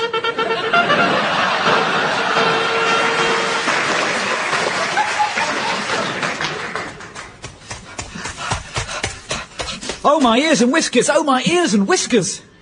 I never thought I'd be pleased to see Colin the White Rabbit. And I was right. Oh, dear, look at the time! That's my watch you got there, and I want it back. Oh, can't I keep it? Why, you've never been able to keep time before. That's a solid gold Rolex, that is. Oh, I think it might be a fake. What makes you say that? Mickey's left hand is stuck on 13. Is that the time already? We'll be late for the Queen's croquet. Have you got a penny farthing? No, my BBC 7 fees haven't come through yet. Have you got a horse then? No, but I've got a piano link. Then let's go.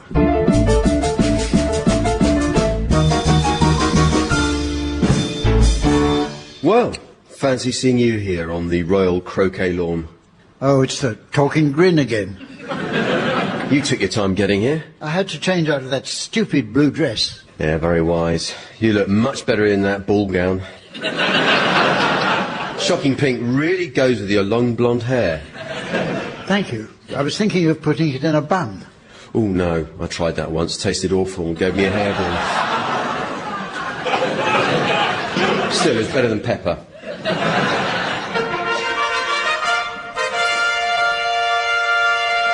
Humph turned in amazement to see the arrival of the Queen of Hearts and her entourage. The Queen was attended by the King and the Knave of Hearts, followed by a procession of soldiers and courtiers. Bringing up the rear came Colin the White Rabbit, keeping time with a box of dried peas. Colin! Halt!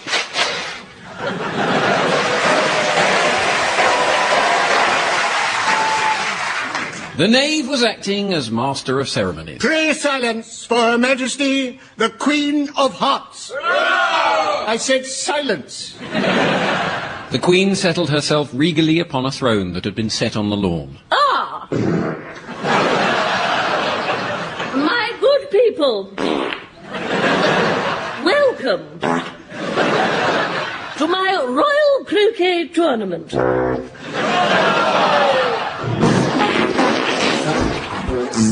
Excuse me, Your Majesty. Oh. What is it, my dear? I think you may have been the victim of one of our trademark spelling mistakes. What? Well, you're called the Queen of Hearts, and yet...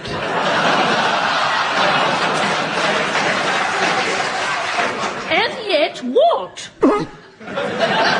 It's Hearts with an H, not Hearts with an F. Because Hearts with an H goes huh, not f. Who is this little girl, Liza Minnelli? Yeah, Your Majesty, she's a late entrant for the croquet. And very pretty she looks. Indeed, Your Majesty. And may I remind you of your optician's appointment next Tuesday? On with the croquet. Off you go, young lady. As you can see, your croquet mallet is a flamingo, and your ball is a hedgehog. Isn't that terribly cruel? Oh, not at all. They're glad of the work now the BBC has slashed all the wildlife programmes. Right, here goes. Be gentle with me. A talking flamingo. Hello, my name's Timmy, and I'll be your mallet this afternoon. Let the game begin. Hang on. I'm not sure I know how to play this croquet. Perhaps somebody could explain the rules and subtleties of the game. Afternoon, all. Afternoon, all. Oh, and who are you two identical chubby little chaps in stripy pants? And amusing caps. You must know who we are. You must know who we are. Who we are. I'm afraid I haven't had the pleasure, but the night is young. We're brothers. Both of us. That's right. I'm Tweedledum. And I'm Jack D. You must... You must have heard of us. We're always arguing. No, we're not. Yes, you are. So are you. No, I'm not. I can't argue on my own. Yes, you can. No, I can't. Yes, I can. No, I can't. See, you can. Damn, you duped me with a dislocated logical construct. Yes, I did. No, you didn't. It's all right, boys. We get the idea. Now, why are you here? We're here to explain the rules. Of the game of croquet. Of the croquet. Good idea, and may I suggest you do it in the manner of Cheddar Gorge. Why? Is It. called Cheddar. Gorge. Humph? You'd have to ask Somerset County Council. They own it.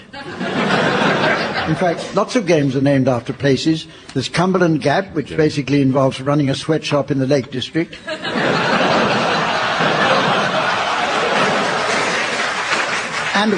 And of course, there's the ever-popular Dogger Bank, which involves having sex outside an Essex branch of Barclays.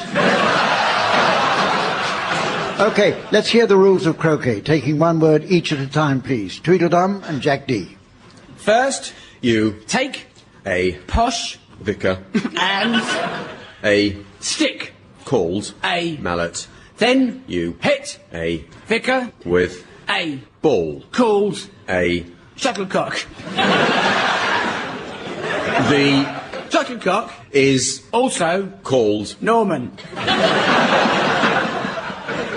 advisably When you play croquet. first, You hit the cat with and anvil. the Cat will then respond.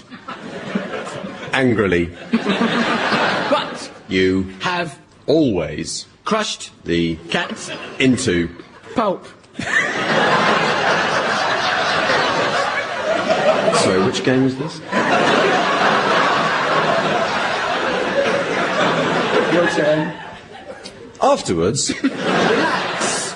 with A nice spritzer on the lawn of the Christmas vicar. games Like croquet. are Tricky, and erotic, but pointless. so Don't ever play croquet at your leisure.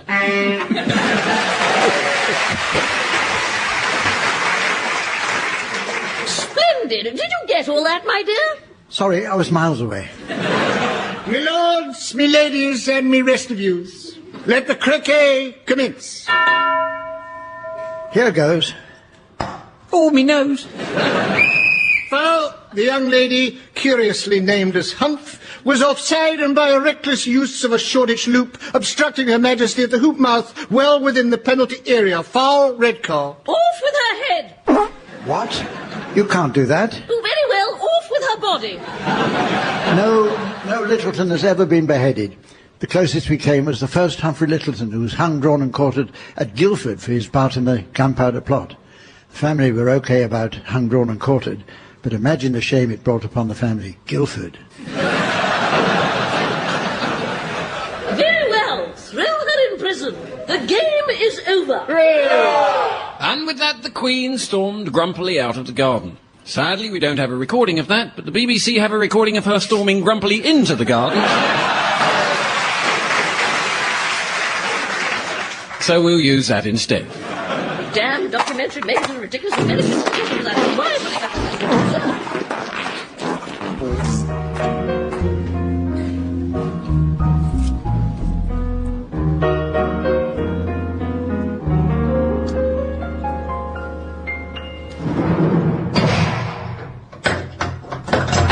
Well, Grin, I don't think much of this. Bundled into a tiny cage and facing the chop. I felt much the same when they took me to the vets. What happened? It's a bit personal, but he got hold of my... And then he... No more fur balls, then.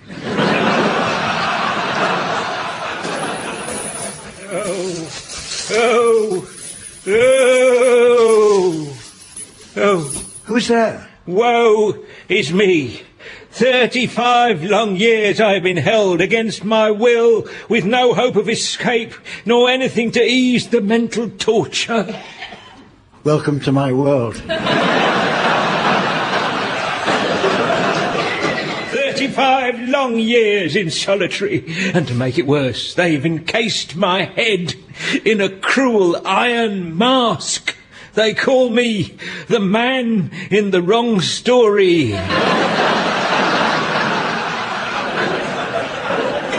I know the feeling. But how it does my heart good to hear the voice of a woman.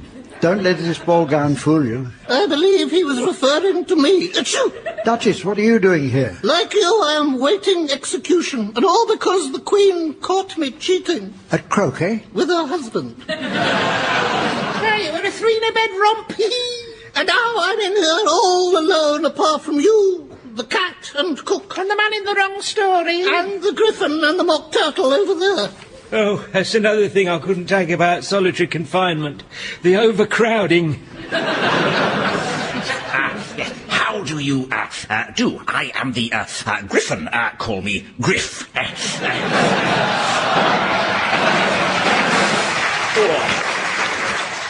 And I am the mock turtle. We're easy to tell apart. You'll notice the griffin's got the back end of a lion and the front end of an eagle. So he has. Yes, that's my lunch.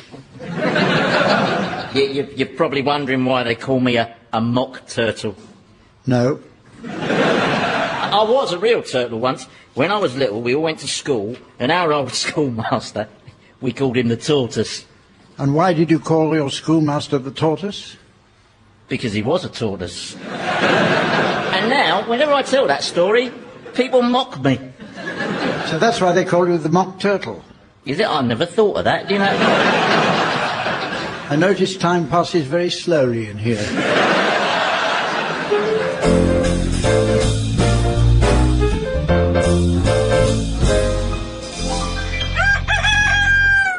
As the sun rose, the jailer got ready to clock off. He doubled up as a carpenter, and indeed he was doubled up when his fellow jailer arrived to relieve him. The carpenter's fellow jailer, incidentally, was a walrus. Hamish. Dougal, you'll have had your tea. Well, if you happen to have a bucket of fish handy. I'm sorry, no. I've had PG tips and rock buns. But you keep smiling. I'll put a brave face on it. I know, you showed me. You're a dab hand with a magic marker, no mistake. Well, my shift is just about finished. I'd seen better days, right enough. And I don't like to wear my best kilt down here. No, you prefer to wear it right up there, don't you? Well, I have the legs for it. You do, not to mention the sheer nerve. Who do we have in the cells today? A bunch of croquet hooligans. Oh, they'll be up for the chop. Oh, they're out of luck. I had it for my lunch. Look here, we'd better get them to court for the trial. Why? Usual routine? Usual routine.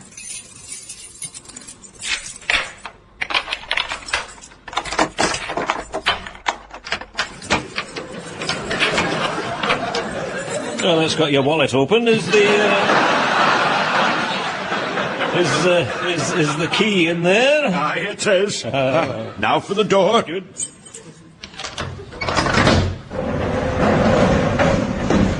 Right, you lot, on your feet. The trial is about to commence. It's off to court with you. Away. Silence in court! Yeah, I said silence! The courtroom was packed. The King of Hearts was officiating as judge, and Humph and his fellow prisoners filed into the courtroom. Call the accused! Call the Knave of Hearts! Call the Knave of Hearts! Call the Knave of Hearts! I'm over here. You are the Knave of Hearts? Yes. You face the charge that on or about yesterday you did with malice in Wonderland steal the tarts, being the property of Her Majesty the Queen. How do you plead? Pretty damn convincingly. We shall see. Call the first witness. Call the Queen of Hearts! Call the Queen of Hearts! Call the Queen of Hearts! You are the Queen of... Call the Queen of Hearts! You are the Queen of Hearts? Yes, dear, and I promise to tell the truth, the whole truth, and nothing but the truth. Your Majesty, would I be right in saying that you are renowned for your raspberry tarts?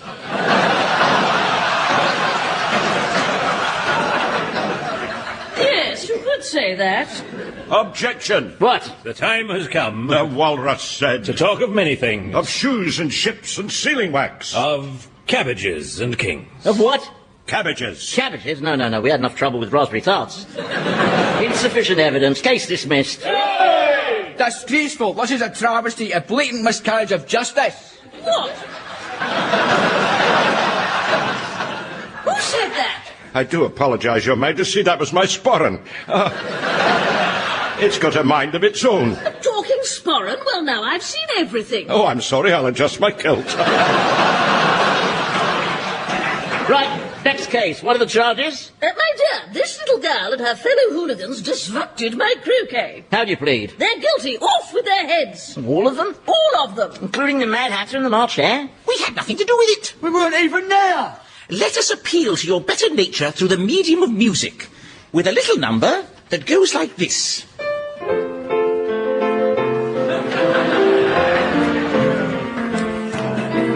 Please release me, let me go. For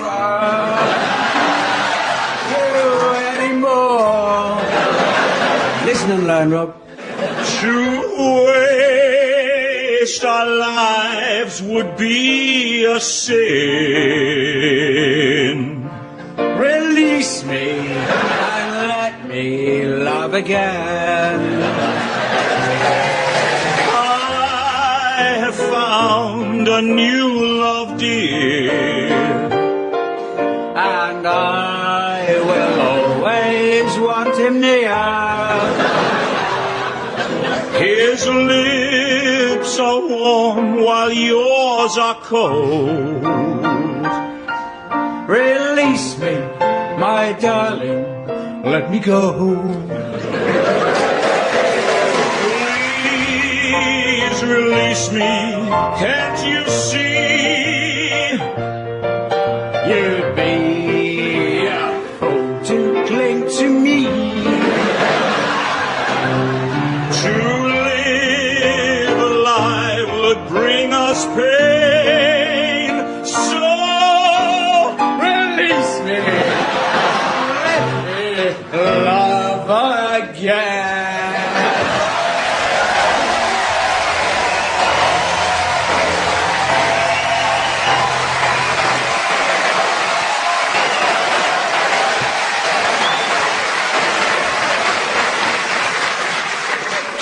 The King and Queen of Hearts were so moved by that performance that Humph and all his friends were taken away to have their heads chopped off. What? All except the man in the wrong story, who got off on a technicality, having been in detention without charge for more than 28 days. Your Majesty, wrongfully imprisoned for 35 long years in this iron mask. Off with his mask! Well, I meant take his head out of it first. But what care we? He was only a very minor character. Now, on with the beheadings. I'm not putting up with this. Why, you're all nothing but a pack of cards. What are you talking about? All I want is to get home. Home. Home. Home. Yeah, we heard you the first time. I don't know. Home. Home. Home. Home. Adjudication, Humph. Adjudication. What? He played seven of spades, Finsbury Park. I played ace of diamonds, Turnham Green. But spades on the district line are always trumps. Not always. Trumps. Adjudication, please. You may have noticed I dozed off during that round. That doesn't usually happen. You don't usually notice. Sorry, I just had the most awful nightmarish dream. A bunch of old men were pointlessly listing London place names. Yes, Humph had dozed off in the middle of a round of Mornington Crescent Bridge. And it was all a dream.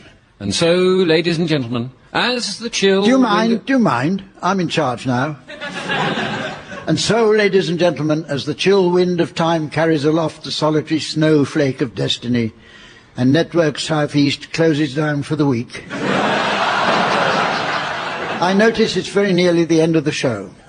There's just time, however, to fit in a round of Swanee Kazoo, in which we meld the soothing lilt of the Swanee whistle with the rasping chirrup of the kazoo. Once a most unlikely combination, the words kazoo and Swanee whistle now go together as naturally as trumpet playing and magnetic sexual attraction.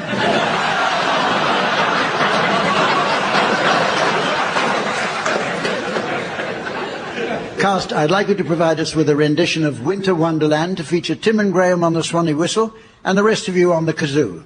In the meantime, from all of us, have a very Merry Christmas and a Happy New Year. Goodbye.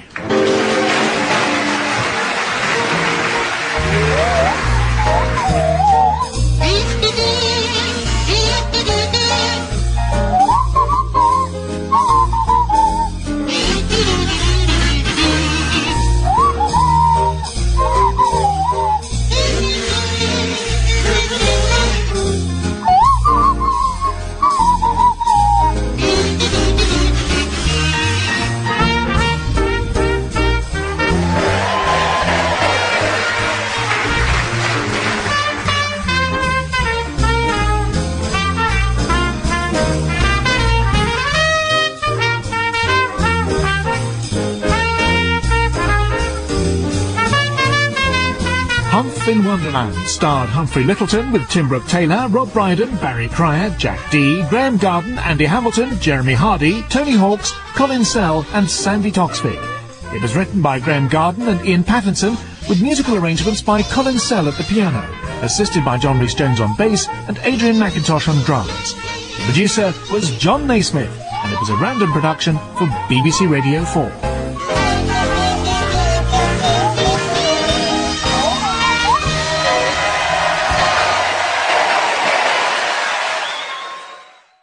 The first in a series of classic editions of I'm Sorry I Haven't a Clue, broadcast in memory of the programme's much-loved host, Humphrey Lyttelton. This first show was recorded at the Theatre Royal in Windsor on the 17th of April, 1994.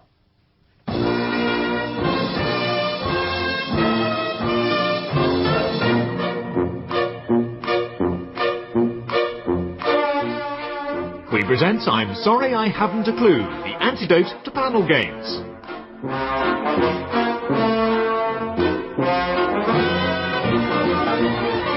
At the piano is Colin Sell, and your chairman is Humphrey Lyttelton.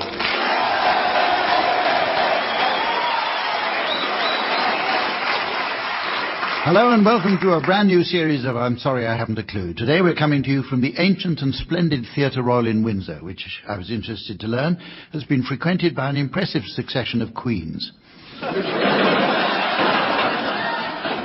Anyway, it's a charming theatre full of history, and everywhere you look there are fascinating reminders of a vanished comic era. Let me introduce you to four of them. On my left, Barry Cryer and Graham Garden. And on my right, Willie Rushton and Tim Brooke-Taylor. Our scorer tonight is a lovely lady who's taken the opportunity of our visit here to have a rewarding poke around the back streets. A very warm hand, please, for Samantha.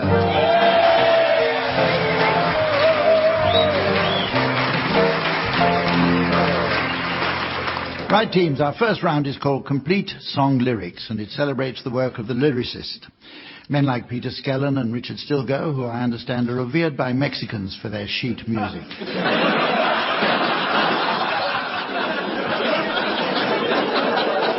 In this game, teams, I shall read out the first lines of some well-known songs. I'd like you to complete them. Tim, here's yours. Mad dogs and Englishmen go... Woof, woof, bring back Maggie. Willie, this is your line. MacArthur's Park is melting through the dark. All the sweet... Humphrey Lyttelton's words are spoken by an actor.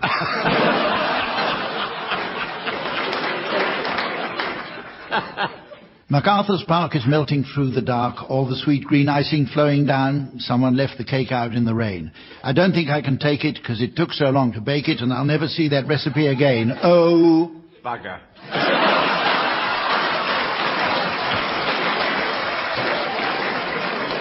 Barry Cryer, isn't it rich? Are we a pair? Me here at last on the ground, you in midair. Send in the... Osteopath.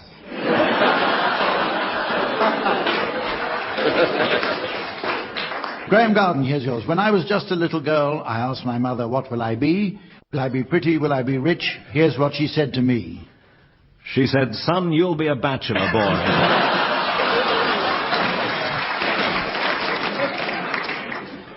Willie, should old acquaintance be forgot and never brought to mind? Yes.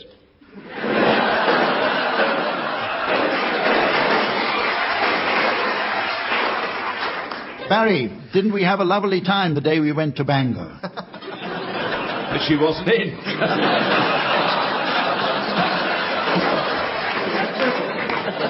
Graham, here's a snappy one for you. I know I stand in line until you think you have the time to spend an evening with me.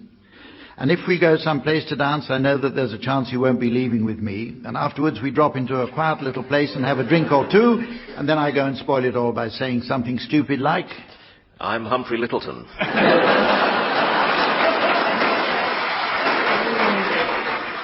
We're now going to move on to a complicated round called One Song to the Tune of Another, in which the tune of one song and the words of another are brought together and combined as if they were both one song. It's hard to get your head round that at first, but if you try to think of it as one song without the tune, but with the words, to the tune of another song, but without the words, it may help.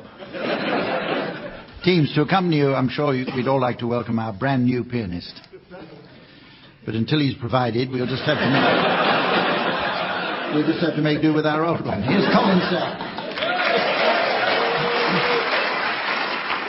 Tim, I'd like you to sing the words of I'm Too Sexy to the tune of La Donna e Mobile.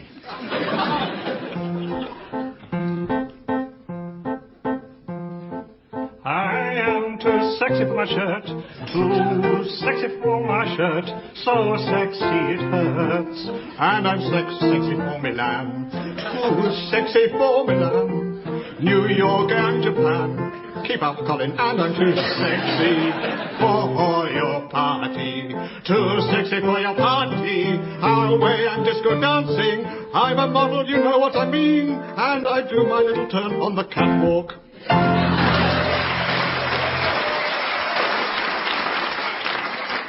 Barry, I'd like you to sing the words of I Love Paris in the Springtime to the tune of Dvorak's Humoresque.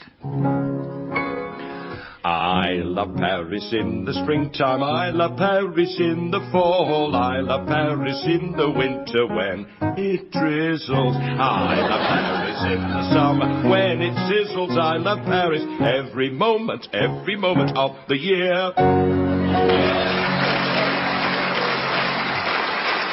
And it's your turn, and you're going to sing the words of Come Into the Garden Maud to the tune of Chitty Chitty Bang Bang.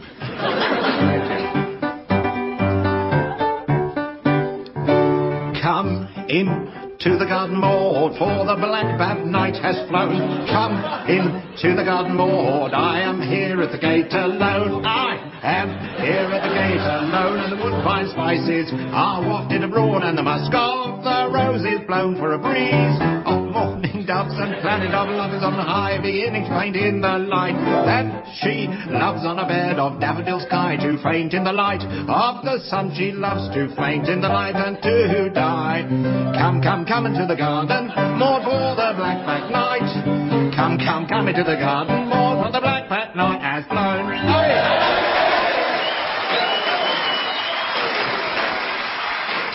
Well, Graham's leapt into the lead with that one. And Willie, I'd like you to sing the words of The Laughing Policeman to the tune of As Time Goes By. So would I. I know a fat old policeman. He's always on our street. A fat, jolly red-faced man. He really is a treat. He's too kind for a policeman. He's never known to frown, and everybody says he's the happiest man in town. Ha, ha, ha, ha, ha.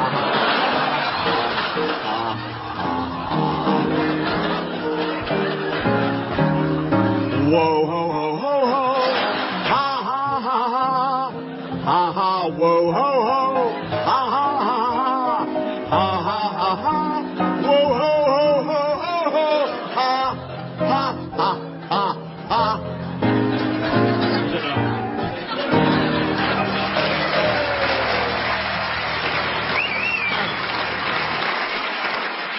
And with the final dash, Willie goes into the lead now with 23 points. Oh, good. It's now time for a new round called Lyttelton Country.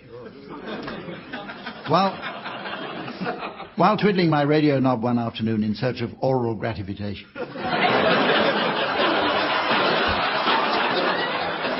Right, sister.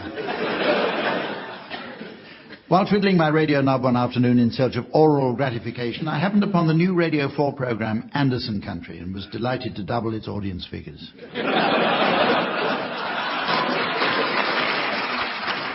For those of you who haven't experienced this program's rare charm, I'd like to instigate our own version. In it, I shall be taking calls from all over the country on the subject of radio phone-ins, and I'd like you teams to be the callers. Before we start, you should know that I shall be awarding bonus points for authentic regional accents. And our first caller is Barry from Newcastle. What's your point, please, Barry? Well, I've just moved here from Bognor, and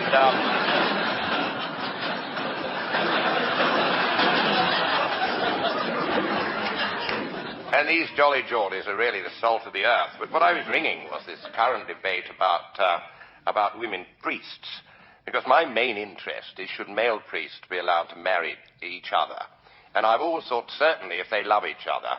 And furthermore... What? Yes, Hinny. I'm just coming down the kitchen new. Pet. Well, that's very interesting. I've got to cut you off now, I'm afraid. I had it done years ago. Next on the line, we have Graham from Glasgow. Go ahead, please, Graham. Hello, Humph. I'm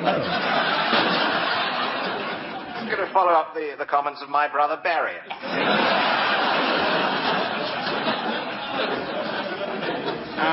You were talking earlier about the royal family. And I just called to remind you.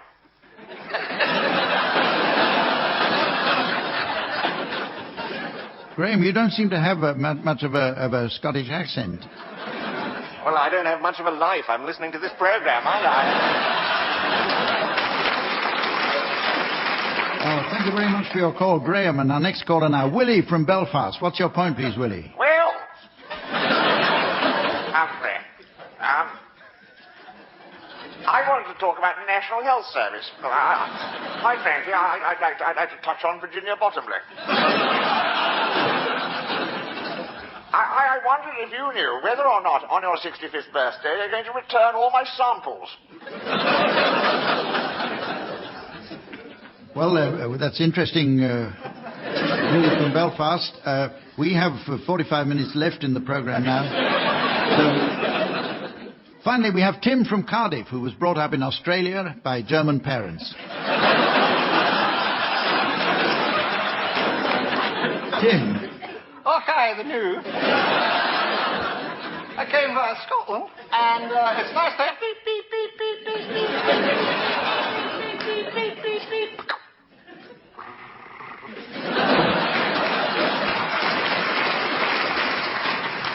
Next round is called Innovations, and as the name might imply, it requires the teams to come up with something innovative. By the law of averages, I suppose it had to happen eventually. It's hard to open a newspaper or credit card statement these days and not see one of those small catalogues advertising all manner of apparently useful gadgets. Now it's come to my attention that these publications are on the lookout for new ideas and have already asked the teams to contribute something completely inventive. So far, all they've produced is a timetable for Network Southeast and Barry Cryer's tax return.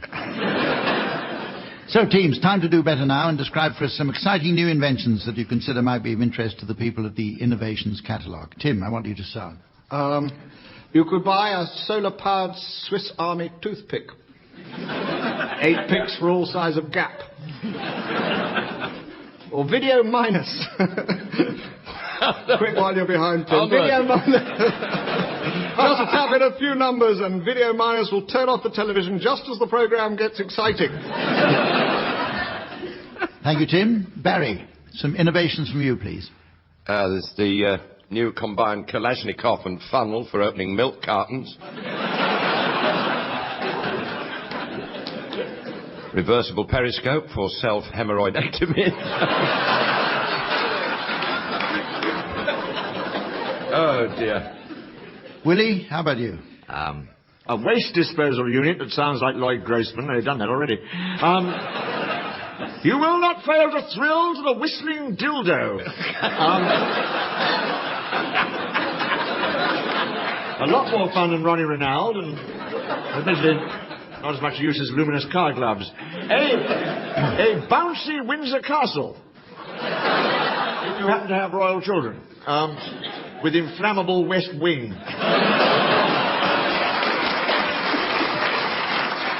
And puncture outfit. Live dangerously. The Russian roulette cigarette lighter and nasal hair remover.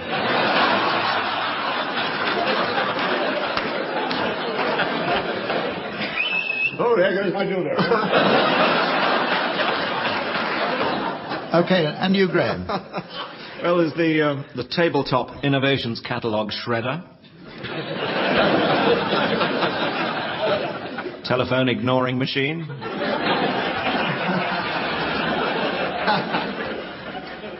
Or get rid of unsightly stains with a stealth bomber. Also works on Egham. Or there's a row of Chippendale coat hooks modelled by the popular group.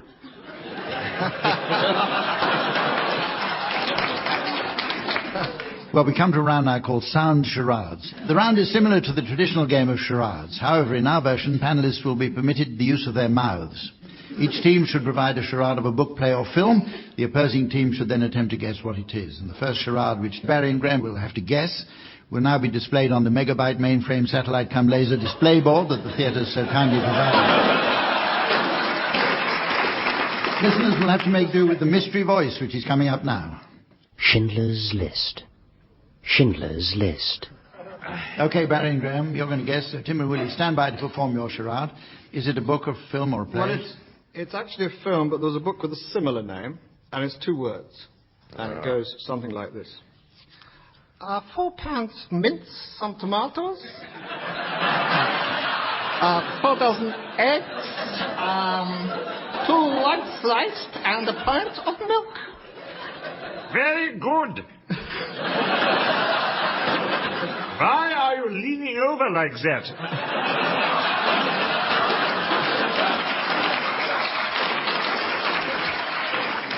Because I am pissed. Right, Barry and Graham? Call me by name. Oh, yes. You've got to try and guess that. Shopping connotation, obviously. In a possibly drunken state, in a rhyming slang context. As in Brahms. As in Brahms. Farewell to Brahms? No. I think they know it. Yeah. No, Yeah. sure. Brahms and Schindler, I think. It's no good asking me. The last film I saw was The Lives of a Bengal Dancer. Barry and Graham, you're going to perform a charade now, and you're going to guess Timmy and Will. So here's the charade going up on the laser board, and here's the mystery voice for you at home. The piano. The piano. Barry and Graham, is it a film? What? Book? No, it's a film, and 2 words. Ah. Yeah. You know that Colin Sell? Yeah. What's he playing at?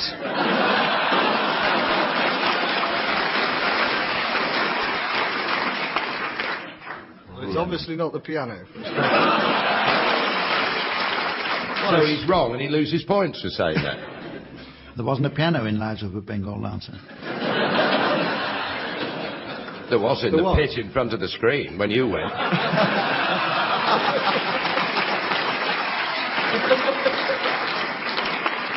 Our next round flies in the face of the many chart-topping wireless programs that have transferred to television. For in this round, teams, I'd like you to reverse the process by recreating for the listeners our own version of my favourite program, Countdown. Although obviously it's hard to envisage quite how you'll match up to the speed and feverish pace of the original. For those unfamiliar with the game, the object is for the teams to create as many words as they can from a random collection of letters provided for them. So, as our own Samantha now takes on the mantle of Carol Vorderman, I can see the letters coming up, and I'll read them out as she puts them up. They are G, Who? G, Is that another G? GG. GGG. 4 Gs. Z, B, Q, Y. Indeed. And, oh dear, G again. I suppose too late to ask for a vowel. Okay, we'll start.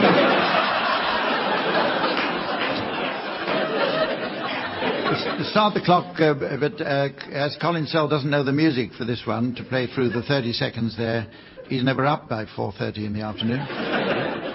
I'm going to do it for him. Okay, start now. Da da da da da da da da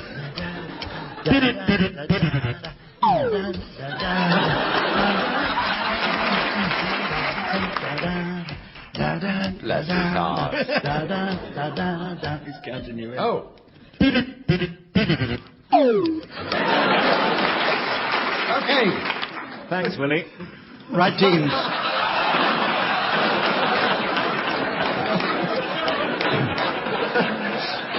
It doesn't just whistle. There's no such thing as a free Willie. Right. We shall, of course, teams, as you come up with your words, we shall check them with the dictionary, and our guardian of the dictionaries is the very distinguished Sir Alec Guinness. Now. Most kind. Starting with you.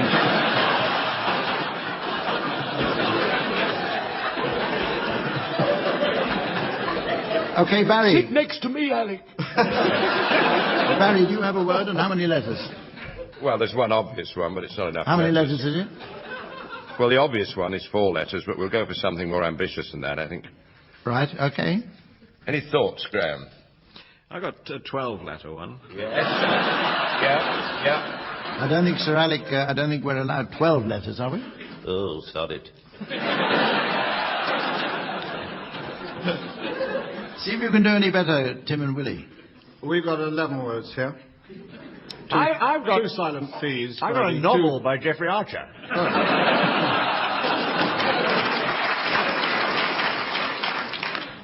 I suppose the 9-letter word g-g-g-zbooey. This is the sound made by a South American water vole.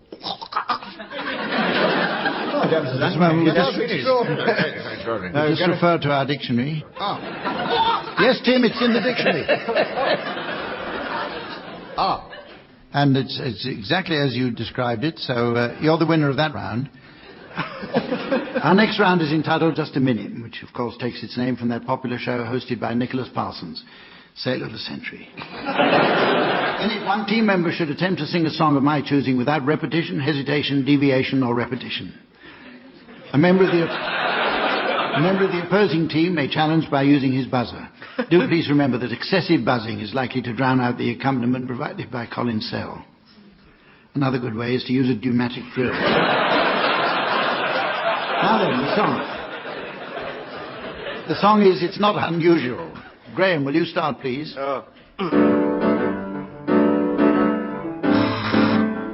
Repetition. Challenged by Willie. No, he flattened the 9th. Oh, right. On that second hole.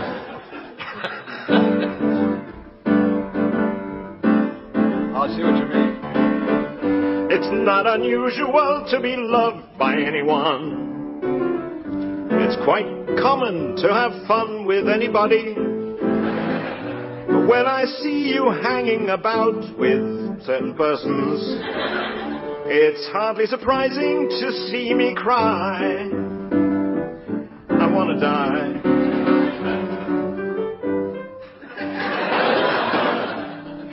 It's not unusual to go out at any time. But when I see you out and about, it's such a crime. If you should ever want to be loved by anyone, it's not unusual. Help! No matter what you say, you'll find it happens all the time. It's not unusual. It's not unusual. It's not unusual. It's not unusual.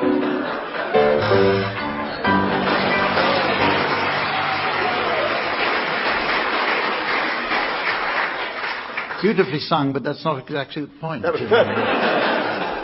Excellent. Well, while we... little pause now for the buzzer machine to cool down. Tim and Willie, you're going to sing now, and the song is There's a Hole in My Bucket.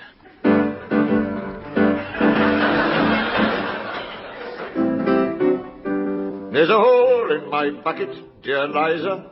Nice Frida. There's a gap in my receptacle, dear Elizabeth. A gaping dent.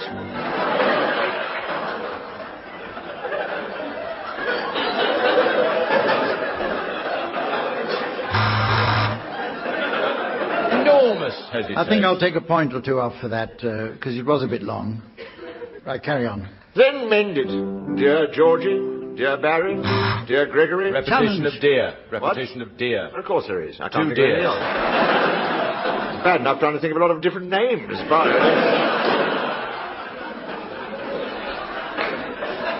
But all right, I'll give way to you. Was the deer spelled the same each time? Well, no, it wasn't. Honestly.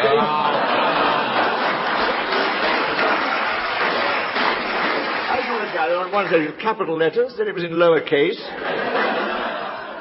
What do you want to do, teams? Go on.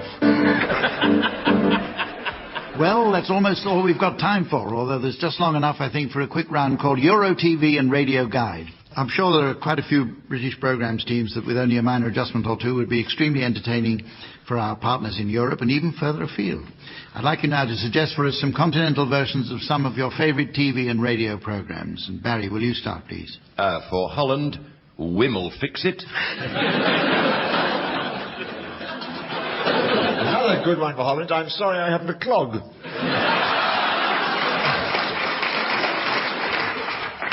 One for Poland. Torval and Dean in Let's Face the Music and Gdansk. Italy, Venice in particular, One Man and His Doge. For Russia, Crime Watch Ukraine. For Television Aaron, One Man and His Bog.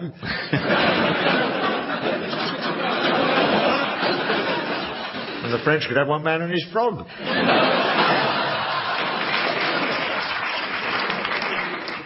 Norway could have One Man and His Log.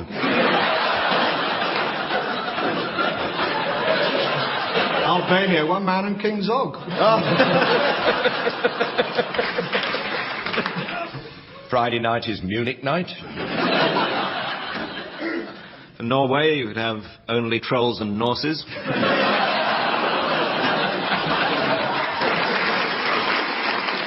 Denmark, Hans Andersen country. Or even Blind Dane. For French wine buffs, One Foot in the Grave. For Russian shoppers, have I got cues for you?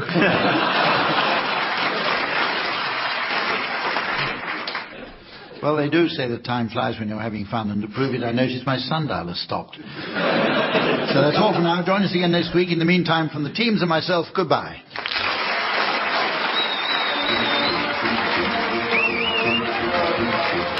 Tim Brooke-Taylor, Barry Cryer, Graham Garden and Willie Rushton were being given Silly Things to Do by Humphrey Lyttelton, with Colin Sell setting some of them to music. The programme was produced by John Naismith.